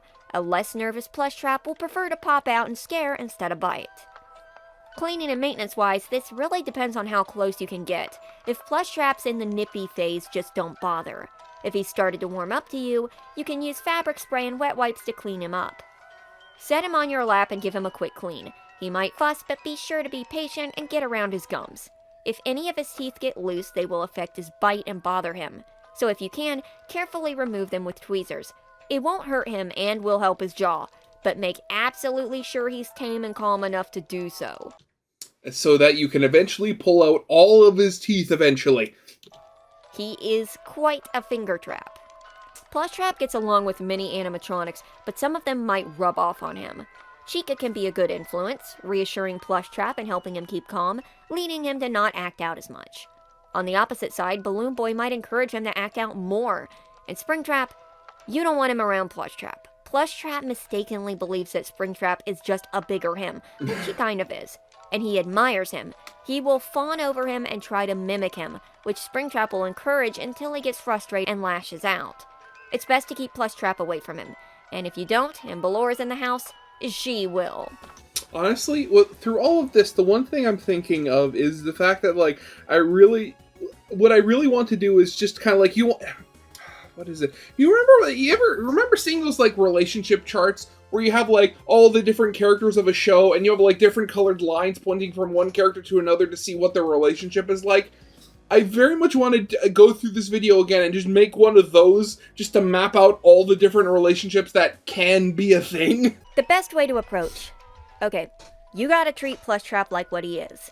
An angry little chihuahua that could snap at any moment, and one with the mentality of a mischievous little gremlin. Though, maybe not as much so as Balloon Boy. Appeal to his more nervous nature and offer him a gentle hand, a safe home, and plenty of chew toys to sink his teeth into. And other toys too. Plushtrap is one of the few animatronics that will actively play with toys, so feel free to buy him like one of those little plastic jeeps to drive himself around with. Oh, that's beautiful. Here's a word from a Plushtrap owner on their experience. Charnay writes, "My little Plushtrap is adorable. He likes to My little Plushtrap, my little Plushtrap." That's a crossover I need to see. chew on my couch pillows, so I bought him a rawhide, and now he carries it around with him everywhere. What did I say about the chew toys? Sometimes when I'm sleeping on the couch, he climbs onto my head and chews at my hair, but I don't mind it so much. He's the perfect little companion, but maybe don't use strawberry-scented shampoo like I did. So that's that. Take care of your Plushtrap, and he will show that softer side behind those sharp teeth. Then there is Golden Freddy. So, I didn't really discuss it. I mentioned it earlier, but I didn't really go into it. But as you probably know, these animatronics aren't the original haunted mascots of their restaurants. They're replications, using personality chips. And while they do have sentience and can feel emotions like love and anger, they are not haunted in the traditional sense. I can't say for sure, but I think this might be the real Golden Freddy. I don't know which of its pieces is still holding up, but I'm almost certain it's them in there. And that's not really a good thing for you. Golden Freddy is unpredictable in every way, highly aggressive sometimes. Sometimes he stays slumped in a corner watching the world go by. Other times he gets up on unsteady limbs and starts to wander around like he's looking for something. But whatever he wants, he's not going to find it. He doesn't trust anyone anymore, and getting his attention on you will almost always, absolutely lead to him lashing out. If that was the case, you'd very much hope that he just leaves eventually. Because what else are you doing here? Living with Golden Freddy is more so living adjacent to Golden Freddy than with. Golden Freddy is the same size as Freddy, but requires much more space because you will need to always give him his distance. Even if he suddenly appears in the room with you, keep your guard up and give him a lot of room. It's almost like he's daring you to get close, but you don't want to play that game. Despite his loose movements and twitchiness while standing, he's very unlikely to bump into anything, like he's not even there. Risk-wise, Golden Freddy is very dangerous. To put it in perspective, if he wanted you dead, you'd be in for a huge fight that you'd likely lose. But that's not how he works. He will instead follow and stalk, lash out in smaller ways, a bad smell, a suffocating feeling of being unable to catch your breath, the soft mutters of, "It's me," in the back of your head. And that's with distance. Watch your back with him. He doesn't want you any closer. Cleaning and maintenance-wise, Absolutely no cleaning or maintenance can be done to Golden Freddy. Odds are he's somewhat intangible anyway, and that bad smell isn't coming from anything on him, but everything in him. While it mistakenly seems like Golden Freddy doesn't interact with the others, he does. He will whisper to and influence the classics to be more aggressive towards you, upon which you will have to work double time to get them back on your side. He is also extremely aggressive towards Springtrap, and if the classics are in the house, he will rally them against him, which will lead to a huge brawl that may damage your house. The best way to approach, don't. Give him distance and do your best to not acknowledge him unless it seems like he's trying to get your attention. Don't get too close. Okay, to be completely honest, Golden Freddy is really hard to decipher. He's less like a person or an animal and more like a force of nature, and he's stuck in your house right now. Just take care. Be as careful as can be, and if you start getting the feeling that he's actively trying to kill you, just get out of the house and give him a few days to cool down. Here's a word from a Golden Freddy owner on their experience.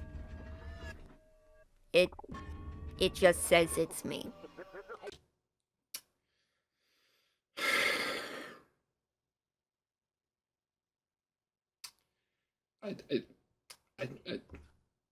I literally wasn't expecting anything else. Golden Freddy's pretty rare anyways. The chance of you getting him, practically non-existent, so cross that bridge if you get it, and don't be so quick to burn it. Chances are he's just going to come back no matter how many times you do anyways. But, moving to another Freddy, and only slightly less homicidal Freddy, or more so, Funtime Freddy, the last of the available Funtimes, and the one that'll be the biggest pain in the neck. Especially if he's actively lopping your head off of it. Funtime Freddy is bubbly, gleeful, and giggly, a good sport with a pretty good sense of humor, would be an entertaining roommate. If not for his murderous tendencies. See, his favorite topic is torture, death, execution style, all that sadistic shtick that you... Yeah, definitely not the, not the best to think about. Again, this would be definitely one of the animatronics where the first thing on the agenda would be, how do I get rid of it as quickly as possible? You'd expect from an Afton creation. Funtime Freddy does it with a smile and a mocking laugh at your expense. Well, hello again! And there's no question about it, right off the bat, he will be thinking of all the ways he can kill you, and the only reason he doesn't is probably because he hasn't come up with a good one yet. Don't ever squeeze into his belly. If he's a bigger model, he might try to lure you in, but don't fall for it. That's where he keeps his most efficient tools for his trade. He's also not alone. Funtime Freddy comes with a Bonnie hand puppet known as Bon Bon, who is both on the same wavelength as him and can hop off his wrist and give you trouble on its own. You can't catch me! These two are very loyal to one another, and Bon Bon will almost always do what Funtime Freddy says. In fact, Funtime Freddy might be directly in control of Bon Bon, but if he is, Bon Bon doesn't seem to mind at all. I mean, I like to think of it as the other way around, where Funtime Freddy is directly controlled by Bon Bon, just because that's the funnier option. Needless to say, you've got to watch your back and your ankles with these two. Funtime Freddy models can get pretty big and might require more space, but he tends to get himself around pretty easily. If he knocks anything over, he's doing it on purpose, likely to get you to come pick it up. It depends on if he punctuates it with a loud, oops, or something like that. He'll wander, but not that far, just far enough to know the areas you use most by heart. He wants your schedule. He wants it to look like an accident. Always lock your bedroom door at night. Funtime Freddy can break through, but he won't bash down a door and come in. He's trying to be subtle here. Risk assessment, yep, Funtime Freddy is pretty dangerous. That is, he really wants to kill you, but as long as you're outside his reach, you can probably fight him off through the usual taser technique. They really work on Funtimes especially, though once Freddy's downed, Bon Bon might pop off and start giving you problems. The good part, however, is that if you're intending to try to befriend Funtime Freddy, he probably won't care if you shocked him before. It's not a one and done like with, say, Ballora. Funtime Freddy has a long memory, but he wouldn't be able to dish it out if he couldn't take it. And he, shockingly enough, will only have hard feelings about you getting away more than jolting him.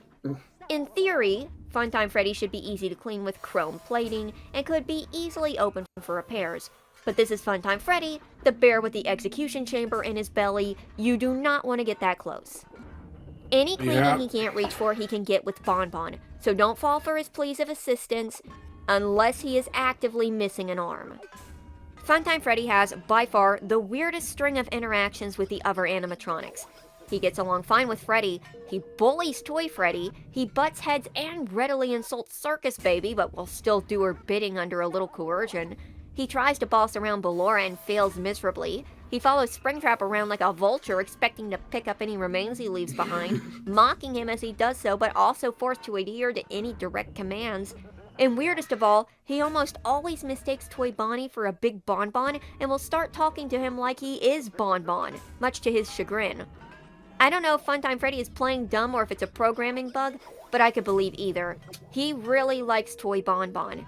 He really likes Toy Bonbon even when Bonbon is attached to his arm. And neither Bonbons really like that. So the best way to approach, I found that there's only really 2 ways to get on Funtime Freddy's good side, and out of target territory, and that's by either proving that you're a useful ally or that you're good entertainment. Giving him a home to hide in helps, but maybe try to engage in joking and conversations. He really likes to talk about deaths. So, if you want to talk about interesting or ironic deaths with him, you might catch his attention. Try to not give him any ideas though. Stick to ironic deaths that he can't possibly replicate.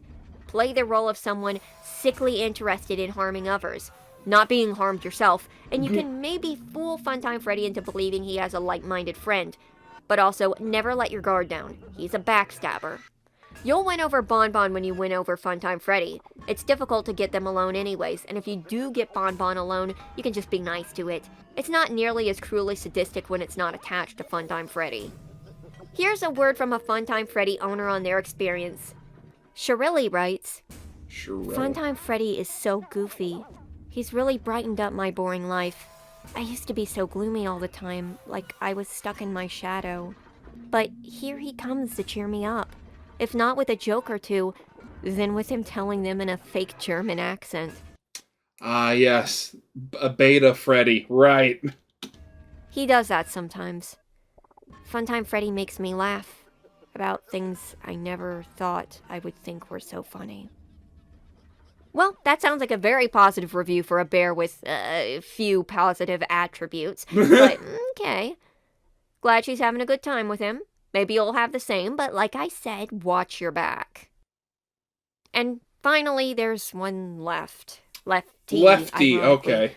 There's only one of these roaming around, so if you've got it, congratulations. Though that is a double-edged sword, as you just got stuck with the worst variation of Freddy by far. A terrible thing created for awful purposes. And now it's in your house. Lefty has no personality, it's just a shell. All it wants is to capture and contain, and when its programming wires get crossed, it may decide that despite having its fill, it may want to shove you inside as well. If it can even open itself up anymore. Might be able to. It was built as a walking bear trap, an animatronic Kona bear, meant to prey on wandering animatronics. But it has become corrupted, and it survived the fire that was meant to take it out. So yeah, it's a problem that you're stuck with now. Really? No chance of befriending this one. It's about the same size as Freddy, or some Funtime Freddys. It spends most of its days standing in place, but at night it will wander, searching for signs of life. It'll be drawn to noise, and surprisingly enough, it can squeeze itself around pretty well. Even crawling if it has to. It will climb through windows and break doors to reach you, so it's best to keep a TV on blast in the living room between midnight and 6. That'll keep it distracted out there. Might buy you a few hours of sleep. Sorry, did they just throw the remote into the vent? It's kind of self-defeating there. Risk assessment absolutely dangerous. Your best bet is to get rid of this one, and I think I might have a way to do so. But until then, distract it with noise, don't let the house get too hot, heat makes it panic and grow even more aggressive and active, and keep a distance. But make sure it sees you enough during the day that it won't try to wander out of the house and look for another target. Due to its plastic exterior, Lefty can be easily cleaned with wet wipes and paper towels, but there's probably not much reason to do so. It's not going to get into much, and it won't appreciate what you do for it. It has a one-track mind, and it's either in rest or hunt mode. It tends to avoid most other animatronics, especially Springtrap, Circus Baby, and Funtime Freddy. Their voices set off a fear that makes it defensive. Keep any small animatronics away. They might set off its programming to open itself up and consume them. Possibly.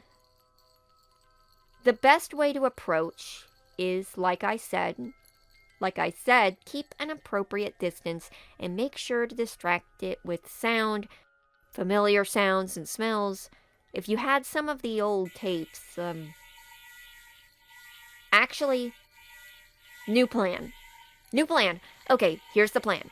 Go to the store, get some paint, face paint, and paint your face all white with red cheeks and lips, just like a clown, and put some purple stripes between your eyes and mouth. Do this before midnight. Get prepared. You will need a taser and a power saw. A power saw or an axe, something. You will need something to take this thing apart. Okay, wait a second. So you're going to dress yourself up as the puppet, the marionette, and trick it into going into trap mode so that you can hopefully try to disassemble it after you stun it? Okay, that's certainly a plan. When it scans your face, its facial recognition will kick in and then it will open up to let you inside. But it's already filled up. As soon as the hatch is open, hit it with a controlled shock. This will buy you a short amount of time, and what you have to do is reach inside. There is something inside of it that looks like a doll. Reach inside, pull it out, and cut through any wires or clasps holding it in. If Lefty wakes up while you're doing this, shock it again. The doll can take it. Take the doll out, and then move it to a safe location, a closet, chest, somewhere fast. Lock it up, or keep it away from Lefty, then return to Lefty and deal with it. And make sure it won't get back up. Use the axe, use the saw, use something. And if this doesn't work, if this whole plan doesn't work, you can always just blast its hatches latches with a blowtorch. Fire works too, and that one can't be that hard to find. I'm sure you could just buy that somewhere. Kidding, I have a propane blowtorch in the basement. It runs off those little those little green camp stove propane tanks. Either way, 2 birds and 1 stone. No more Lefty, no more blasting the TV to keep Lefty away, and a brand new companion who won't try to shove you inside their gaping belly. Win-win, worth the risk for everyone. Here's a word from a Lefty owner on their experience. Charlotte writes, Charlotte! Oh, so we finally gotten to Charlotte, have we? Okay. Of course it would be on Lefty. So, yeah. Lefty can be a handful, but like a closed-up prize box, all you have to do is pop it open and get the goods inside. And if you do succeed in getting the puppet thing out, you'll have the marionette as a new buddy. Low risk, it won't hurt someone who saved him from that thing. Gets along with everyone except for the Fun Times and Afton, though might be able to work with Ballora. It will clean itself, it just needs you to supply the paint so it can touch up its right cheek. Actually, maybe might just have to repaint the whole thing. And as for reviews from previous owners, you'll be the first. Congratulations on that, by the way. Okay. But with that, we're at the end of the line. Oh, except for one caveat here. So, see, some of the animatronics were released with specialty suits, and though those are rare, some of those have some big asterisks attached to them. Such as with the Ice and Frost themed line, Freddy Frostbear, Arctic Ballora, Ice Hobgoblin BB. These animatronics will stay especially chilly at all times, but behave mostly the same, save Frostbear always having a weapon in hand. Insanely always having a weapon in hand. I mean, yeah, you're right, but why'd you have to say it like that? enough, there is a line of currently on fire animatronics. Scorching Chica, Burning Springtrap, Broiler Baby, and the Flamethrower Indo. And if any of these get into your house, there's a good chance it won't last long. Though I'm pretty sure that you can put their fire out with a hose. Chocolate Bonnie smells great and is actually pretty even-tempered. Unless he gets too hot, then he'll melt, get everywhere, and get none too happy about it. I don't think I need to cover any others, just keep an eye out for variations. They do exist out here. Now there's another important thing we need to talk about, what to do if Fazbear Entertainment reaches out. This is never a good thing. whether it be because you want to keep your animatronic or you don't want to get wrapped up in Faz-Int's tangled web of cover-ups. If they call you, they already have your number, and they likely already have your address, name and address of all your close contacts. Oh, sorry. This is bad. There's a couple of ways to go about this. Firstly, you could throw yourself at the mercy of Fazbear Entertainment, offering up all your information and willingly signing an NDA, but not only will that doom any animatronic with you, but the likelihood of Freddy's truly leaving you alone is slim. They'll be back eventually. You're on their list. Secondly, you could split town. Fazbear Entertainment is an enormous conglomerate with their hands all over the industry, in various industries. But they are also lazy and careless. If you move fast enough, they simply won't care to follow. Otherwise, they would have picked up their animatronics after the service shut down. But your name will be on their list, so try to stay away from any Fazbear establishments. If you take your animatronic with you, you will be a bigger target, but if you've bonded with them enough, how could you leave them behind? Besides, the life on the lam is a lot more fun with friends. But there's a possible other out that's worth a shot. Call up the Freddy Fazbear's Mega Pizzaplex location near Hurricane, Utah, and get your call transferred to the Superstar Daycare. Insist to speak with a daycare attendant. Tell whoever answers that it's about your child's care at the daycare or to file a complaint. If you say you want to complain, they will absolutely hand it over to the daycare attendant. Wait, so are you just gonna hand off the animatronic to the daycare and just leave them there? What?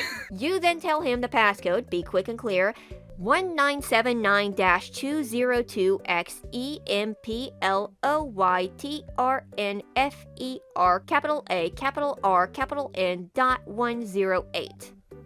After he is done rebooting, you'll be able to tell by the tone change, tell him about the situation. Say that the voice on the tape told you to go to him. He'll get you out of the system. He will not get you free tickets to the daycare theater. Hopefully one of these options works for you, but let's say you don't like your new companion. I'm genuinely wondering, is that a reference to something? I probably have to actually write down that code to see if it actually means something, because I wasn't really paying that much attention to it. But like, what was that a reference to something? Either because you can't adjust or because you get stuck with someone truly deplorable, like Afton. Well, there's some options for getting rid of them.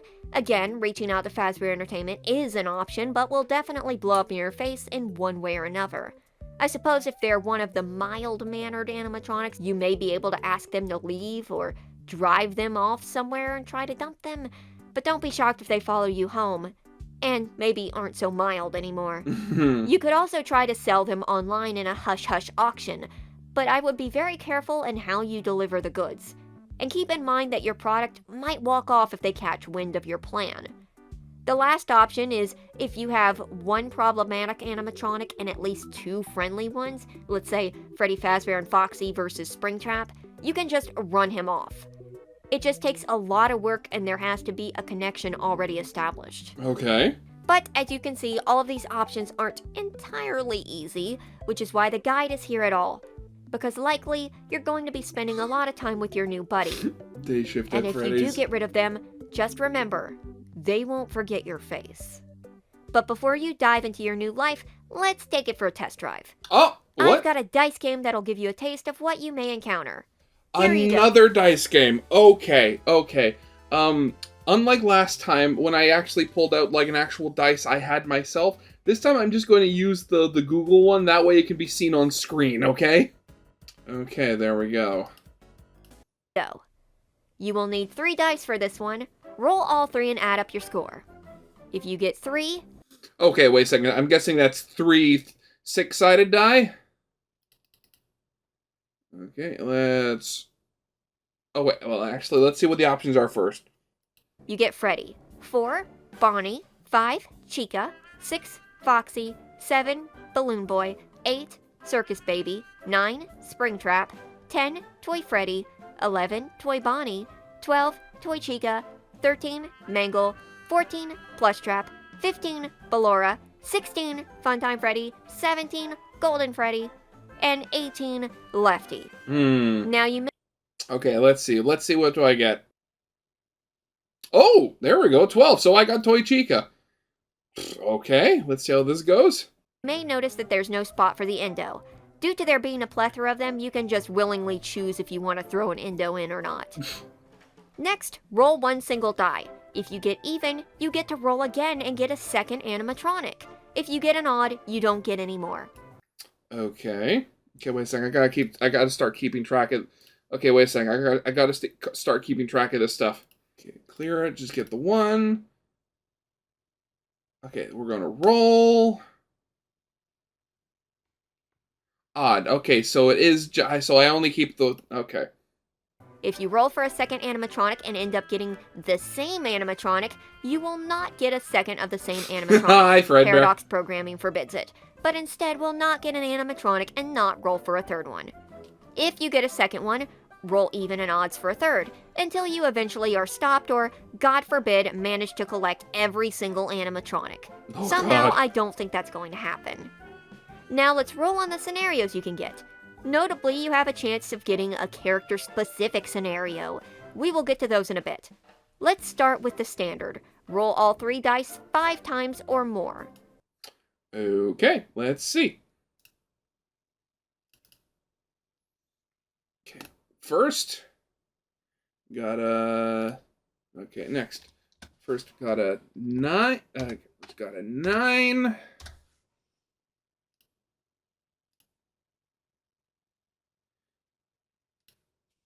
Got a 12.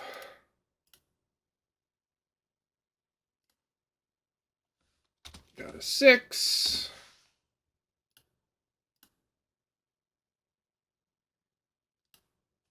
Got a 10.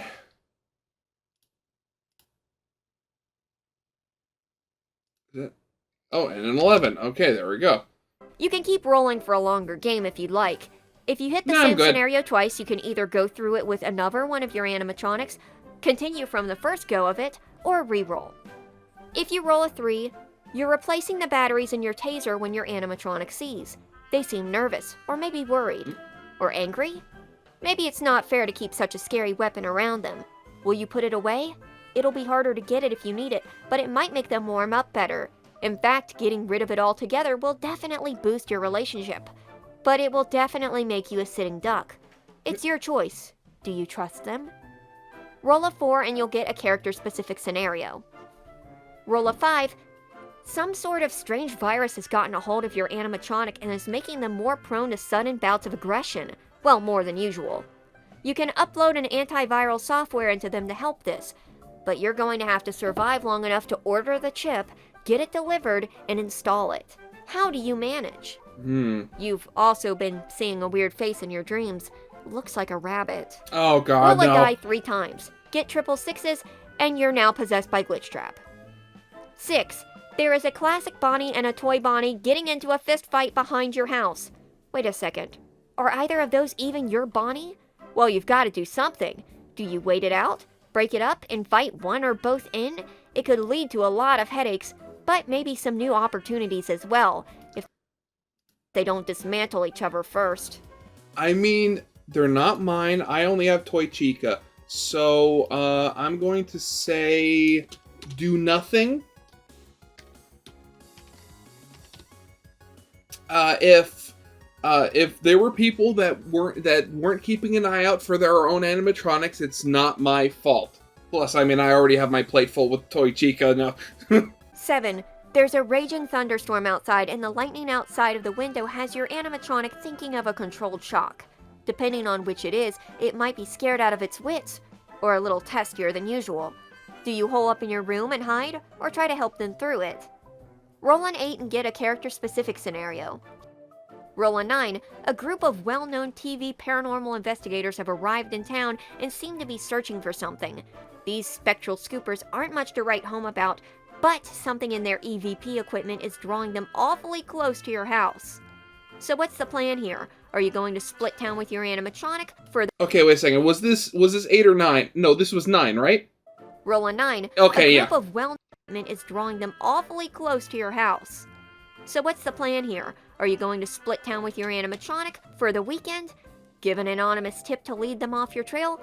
Or will you take the risk and invite them into your home, knowing that it'll make you a pretty big, if probably not entirely believed, hometown star, but also knowing it may attract unwanted attention. I mean, again, thinking of Toy Chica and her general personality, it might be a good idea to attract some attention just so that there are other targets around that aren't me. So, yeah, I'm going to invite them in. 10. Uh-oh, how unfortunate, or not. A strange little BB-like creature named Dee Dee has shown up in your house and wants to play a trick. And that trick is that she's bringing in a random animatronic to join your family. Roll for one more animatronic. Huh,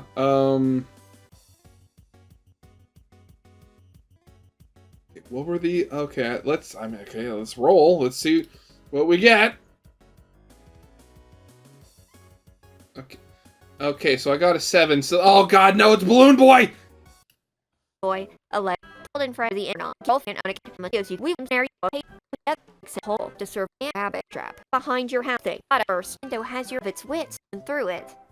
Roll an 8 and get a paranormal investigators have a right home about. Given an on knowing that it are. Uh-oh, how unfortunate, and wants to play a trick. And they're animatronic. 11. You get a random call from an unknown individual with a voice modifier. They warn you that there is a deranged mimic on the loose. It is very dangerous, and will climb inside and puppeteer any animatronic it encounters. Your animatronic could currently be a mimic. What do? Do you try to test them and see if it's acting strange? Do you try to control shock and shut it down to be safe? Or do you just leave things how they are and hope the mimic stays friendly and docile?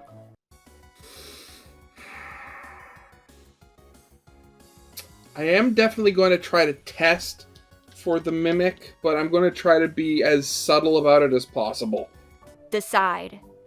Okay, now that you decided, roll 1 die. Even, your animatronic was clean. Odd, it was a mimic. Okay, even. Please be even. Please be even. Okay, here we go. Please be even. Please be even. Please be even. Yes! Even! Clean! 12. Oh, Another wait, I should probably test for mimic. No mimic. There we go. Okay, and last but not least, number 12. character-specific scenario. 13. Character-specific? Okay, I was wondering if I was going to get any of those. Okay, let's see. Shadow Bonnie has arrived. It keeps getting closer and closer, and you have to fight it off with your flashlight. But you're not sure if you'll be able to withstand the night. Do you ask for help from your animatronic roommate?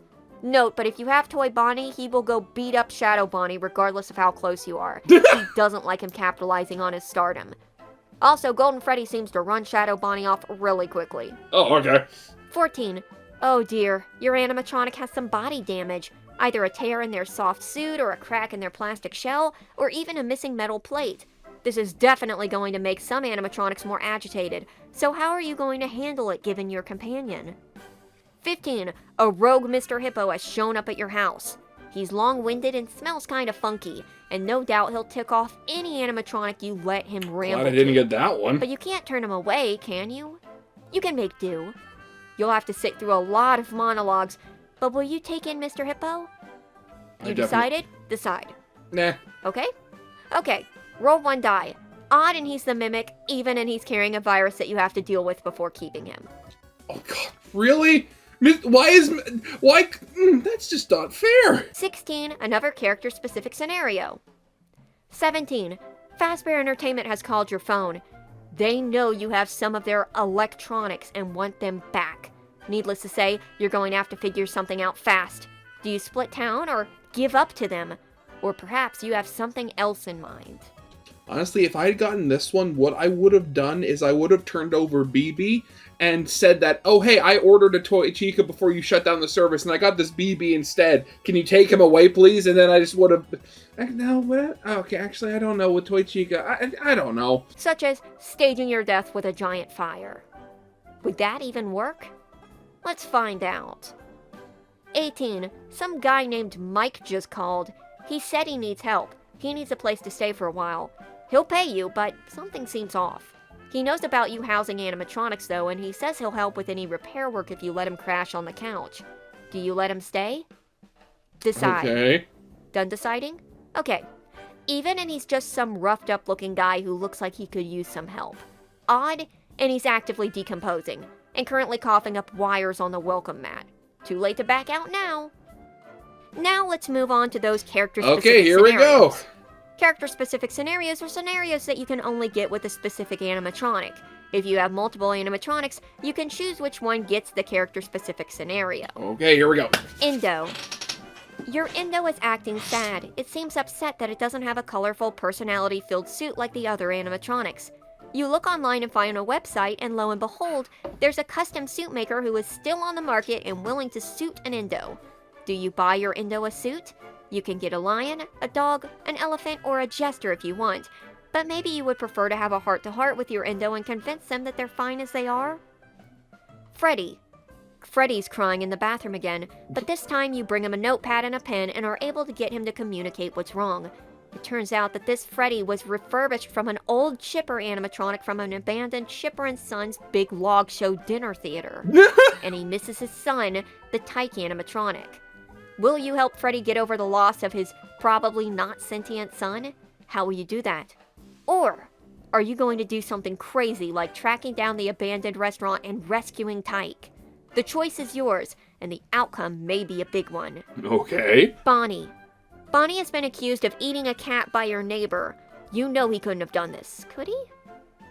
You're going to have to go on an investigation to either find the cat or its remains, but that might involve having to get close to a very strange dog that's been living nearby. Do you confront the dog? Okay. Do you take Bonnie with you? Or do you pay off the neighbor? I suppose you could also threaten them. Chica. You and Chica decide to have a pizza party, but the pizza you ordered doesn't taste good enough. Chica is now frustrated and banging around in the kitchen. Wait, you get it now. Chica wants to make a pizza of her own, but she's not exactly built to do that. Do you go ahead with trying to make the pizza with Chica? How does it turn out? And what do you put on it? And what do you do when Chica gets stuck in the oven trying to get the pizza out when it's done? And more importantly, I'm just more confused on how that's even possible. Like, what? do you own a fire extinguisher? Foxy. One of the props you got for Foxy's Pirate Cove corner is a fake treasure map that hangs on the wall. Unfortunately, Foxy's pirate pillage programming has kicked in and he has left the house in search of treasure, taking the map with him. Now he's wandering around your town at night where anyone could see him. You have to find him, quickly. The treasure map, unfortunately, leads to a landfill. But do you remember what the map looked like well enough to catch him before he gets there? Balloon Boy. Balloon Boy has eaten too many batteries and now the acid is burning his insides. The only way to save him from permanent damage is to drive him to Kentucky to a former technician who will be able to fix and replace his insides. Are you willing to take a road trip with BB? Even if he gets frequently bored? No. Even if he insists you take him into a motel with you, and then he stays up all night jumping on the other bed? No. Will you save your little buddy, or let him suffer in silence, knowing that if you do save him, he will be loyal to you forever? No. Considering the fact I live in Toronto, that's quite the drive. And if you don't, you will be branded a monster by all animatronic kind. Oh, also he learned a new phrase. Are we there yet? Of course. Circus baby. Baby's going through a phase. She's tired of being bulky and toddling around, unthreatening and childish. She wants to grow up. She wants super cool roller skates and punkish red and blue highlighted wire hair. She wants her claw on the outside where she can use it. She wants a new body, even if she has to put it together herself. Will you help her get the scraps she needs to rebuild herself into a brand new baby, or try to sabotage her due to the risks involved? And more importantly, will the new baby protect you from her old shell after something else slithers inside and starts using it as its own? Oh no. Oh god, no. Are you saying that this oh no, that's okay, that's a freaky thought right there. Oh god, no. Not the mimic. Come on, what's the Toy Chica one? Springtrap. Something's up with Springtrap. He keeps disappearing at night, and you've noticed. Paranoid, one night you follow him at a distance and find yourself being led into an abandoned pizzeria. He sneaks into the back and then climbs into an old ball pit? Well, ain't that cute? He's playing in a ball pit. except he doesn't come back out. Curious, you climb inside, and suddenly you're transported into another world, into another time. A time when the restaurant was a Freddy's, full of kids, which Springtrap is hunting. He's using the ball pit to relive his glory days and hunt, what, hallucinations of his past victims? That's disgusting, horrifying. Obviously, you're going to have to put a stop to this. Unless you're too afraid of him, I don't blame you if you are. But you're not going to join him, right? Right? Toy Freddy.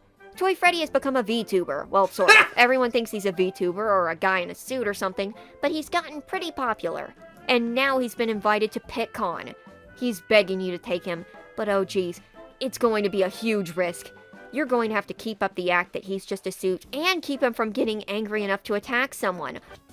I mean, I've seen at cons there have been people that have made like completely full like Fnaf suits and stuff like that. He's not gonna stick out that much, honestly. People will just compliment the quality of the costume. Or throw anything, without being able to use your taser. Maybe you shouldn't go at all, but that might not make Toy Freddy happy. He might try to sneak out on his own. Toy Bonnie. Toy Bonnie wanted to see his glory days, so you pulled up videos online of the old performances at Freddy's, and he realized from watching them that he, the obvious star of the show, didn't actually do much. Now he's glum and sulking around the house. Now, if you leave him like this, he isn't much danger, but he is definitely depressed. So maybe you need to cheer him up? Perhaps you can arrange a performance at the local upcoming fun fair.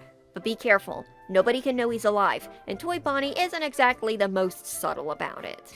Yeah. Toy Chica. Here we go. Some guy has fallen in love with Toy Chica. They met online and Toy Chica's encouraged him to start coming around to visit. But you find this whole thing very strange.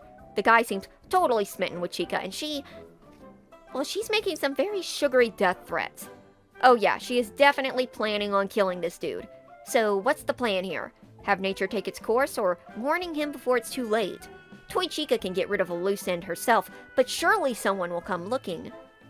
Also, murder is wrong, even if this guy is kind of annoying. I mean, as long as it's not me, and if he's, like, granted, like, is this, like, have they only been talking over, like, through, like, texts and stuff like this so far, or have they done or have they seen each other face to face at some point? Because if it's just through text, I might try to stop him. If, they've seen face to face and he's still interested, I'm probably just going to let nature take its course, because at this point he's a lost cause. In fact, I don't think a warning alone is going to keep this guy away. Stupid sexy chicken and her Kentucky Fried Wiles. Mangle. There's a freelance technician who lives at the edge of town who used to work on the toy animatronics. He can rebuild Mangle into Toy Foxy for a small fee. Will you sell your car to get Mangle back together again? And if you do, when she is feeling like a new fox, one radiant and beautiful, and quite pink. She seems happy, if a little full of herself. But what about the second head? I don't think he's quite so happy to be left behind, and Mangle doesn't seem happy to have him anywhere near her. To the dump? Or back to the drawing board? Plush Trap. Plush trap chasers are all the rage right now. They're so popular, in fact, that some kid has stolen your plush trap right out of your backyard thinking it's a toy. Now the frightened thing is utterly terrorizing this kid and his friends. What are you going to do about it? Well, it looks like you're going to have to come up with a rescue mission before a couple of kids get their calves chewed up or plush trap ends up smushed under the railroad tracks. Ugh. What's the plan here? Ballora. After days of dancing on her own, Ballora invites you to join her in a dance. You know it's risky. She's a tall hunk of metal that stays upright only on her own will alone. And pirouettes faster than you can blink, or it feels like. But she is insistent and keeps asking you. You have a choice. Do you agree to dance or strictly decline? Saying no is the safer option, but she will become more distant. Maybe even more feral. But if you say yes, how does it go? Do you end up a mangled mess, or does it become an unexpectedly tender moment? Honestly, now I'm really wishing I got Ballora as my animatronic. That would have been fun. Funtime Freddy. Bon Bon, tired of Funtime Freddy treating him like his opinions don't matter, has detached from Freddy and snuck away in the middle of the night. Funtime Freddy is absolutely distraught, from angry to desperate, begging you to be Bon Bon, begging you to find Bon Bon, angry that you won't let him leave to find him.